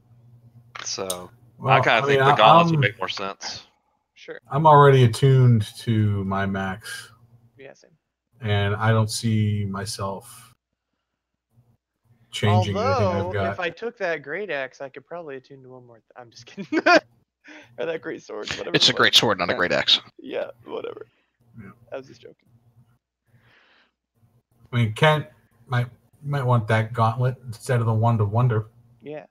I'm up above, so you can figure out amongst yourselves. I'm just running from shadowy things. So, can I wear those? Yeah. What are you thinking, Monk? They're gold. I don't think they increase your Possibly rating. Do they? Yeah, I'm curious. Maybe. Yeah, I'd say go for the gauntlets. We'll figure out. What we're doing. Yeah, exactly. All right, let's do that. Someone can use it, right? So I'm sure I will say we'll gladly trade the sword for the gauntlets, with the idea that you are planning to keep it in storage and not use it for anything malicious. She says, I promise I do not personally wish to wield the sword. You know, fair enough. Leaving it down here means that seems little conveniently vague. octopus can, The Death Lord she's going to summon will wield it. Yes. All we need now is Venom Octopus. That would be the worst. Venom is dead. I know he's dead, but the weapon could turn Octopussy into Venom Octopus. It could be the worst combo we've ever seen. It's gonna be fun. Venom Octopussy? Yes. Like a vagina Okay. with teeth. Well, so you're essentially offering to bring Otto Octavius back to her alive if possible in exchange for the Winds of Fate, and you're giving her the sword for the gauntlet. Yes. Yes. Yeah. Okay. She hands you this gauntlet fixed with these gems, and Kent, for the sake of ease, I'm going to assume that eventually you get around to identifying it. Sure.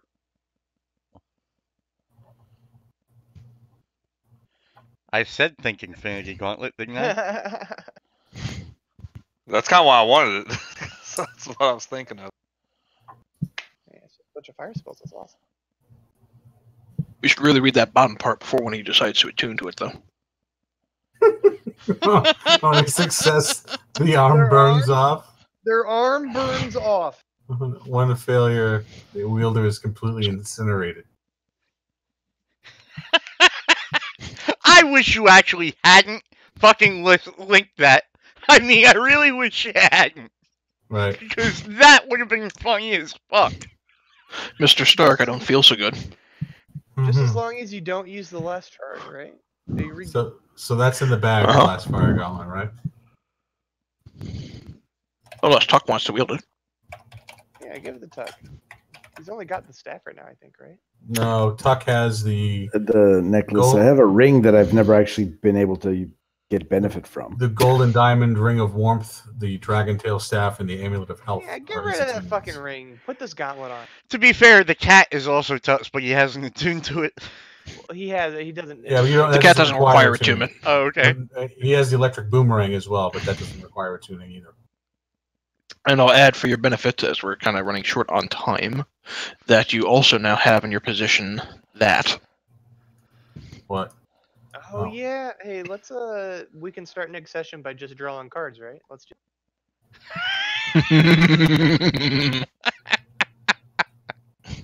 If I don't get to be Venom Lizard, you guys can draw some cards with me, right? I say that is a drunken bit. You don't know me. Okay, so are we leaving here then with the deck? I would assume.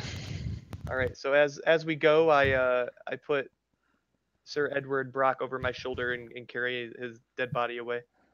Okay. We'll say that you make your deal. The lady kindly asks you to leave and be about your business. As we begin to end the session, is there any final things you would like to take care of? Again, just want to make sure that Beyonce gets a burial. Okay. You do so over the course of this time frame, making sure to bury her a good distance away from this household upon an unmarked hill. Yep. How many days are between now and next session Ooh. in game time? In game time, you'll go from this session to about maybe 2 or 3 hours into the next. Okay, understood. Yeah, because I'm still going to be seeing shit for a while. Yep. Yeah, so I'm taking Eddie Brock's body with me, and it'll be within arm's distance at pretty much all times. So I'm keeping it. You're just keeping it with you. Yeah, that is correct. Carl is dead, and I need a new one, and he will be. I know that's where this was going. I was like, as soon as he said he's keeping it with them. All right, you're carrying the decaying body of a strange creature enveloped in this blackened crap. All right. That's correct. Yeah. Well, I mean, he's not decaying yet. He's barely dead. So he's pretty fresh. Okay. Your armor gets coated in blood. So could we end? I guess could we end basically attending Beyonce's funeral, or like, sure, or burying her on the hill? Sure. All right. Cool. So 2 weeks from today, I guess, is our next. 2 weeks. Session? Next week is Thanksgiving. 28? We're not going to have. Yep. Next week is Thanksgiving. We're not going to have D&D next week. For those who care, we're not going to have raid next on the 22nd because that's Thanksgiving Day. We are going to have raid on the 25th. We will have our next D&D session on the 28th. Sounds great. Sounds good. Kelly, thank you very much, as always. You guys came out of that surprisingly well. Yeah, it went much better than I thought it was going to. I was stressed out the last 3 weeks. We caught some breaks. We did catch some breaks. Yep. The original design of that entire encounter was basically you could try to focus on Beyonce and the dragon, or you can focus on Brock. You really can't focus on both of them, and the dragon's taken more priority over your party, but you managed to split it enough to where you were able to deal with both of them. So the terrain, I think, favored us. The way it broke up the fight, I think that helped us. So the way the walls, that little nook in the top left corner. Kind of isolated Brock a little bit when he went in that direction. The Panthers really isolated him for large many hits that we didn't get hit with, which was really good.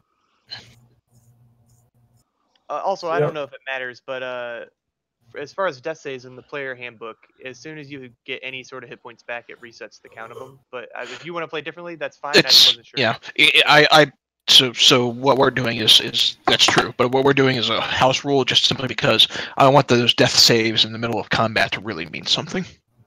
Okay, that's fine. And to be fair, you have saved our lives more than once. Yep. All right, guys, I'm out.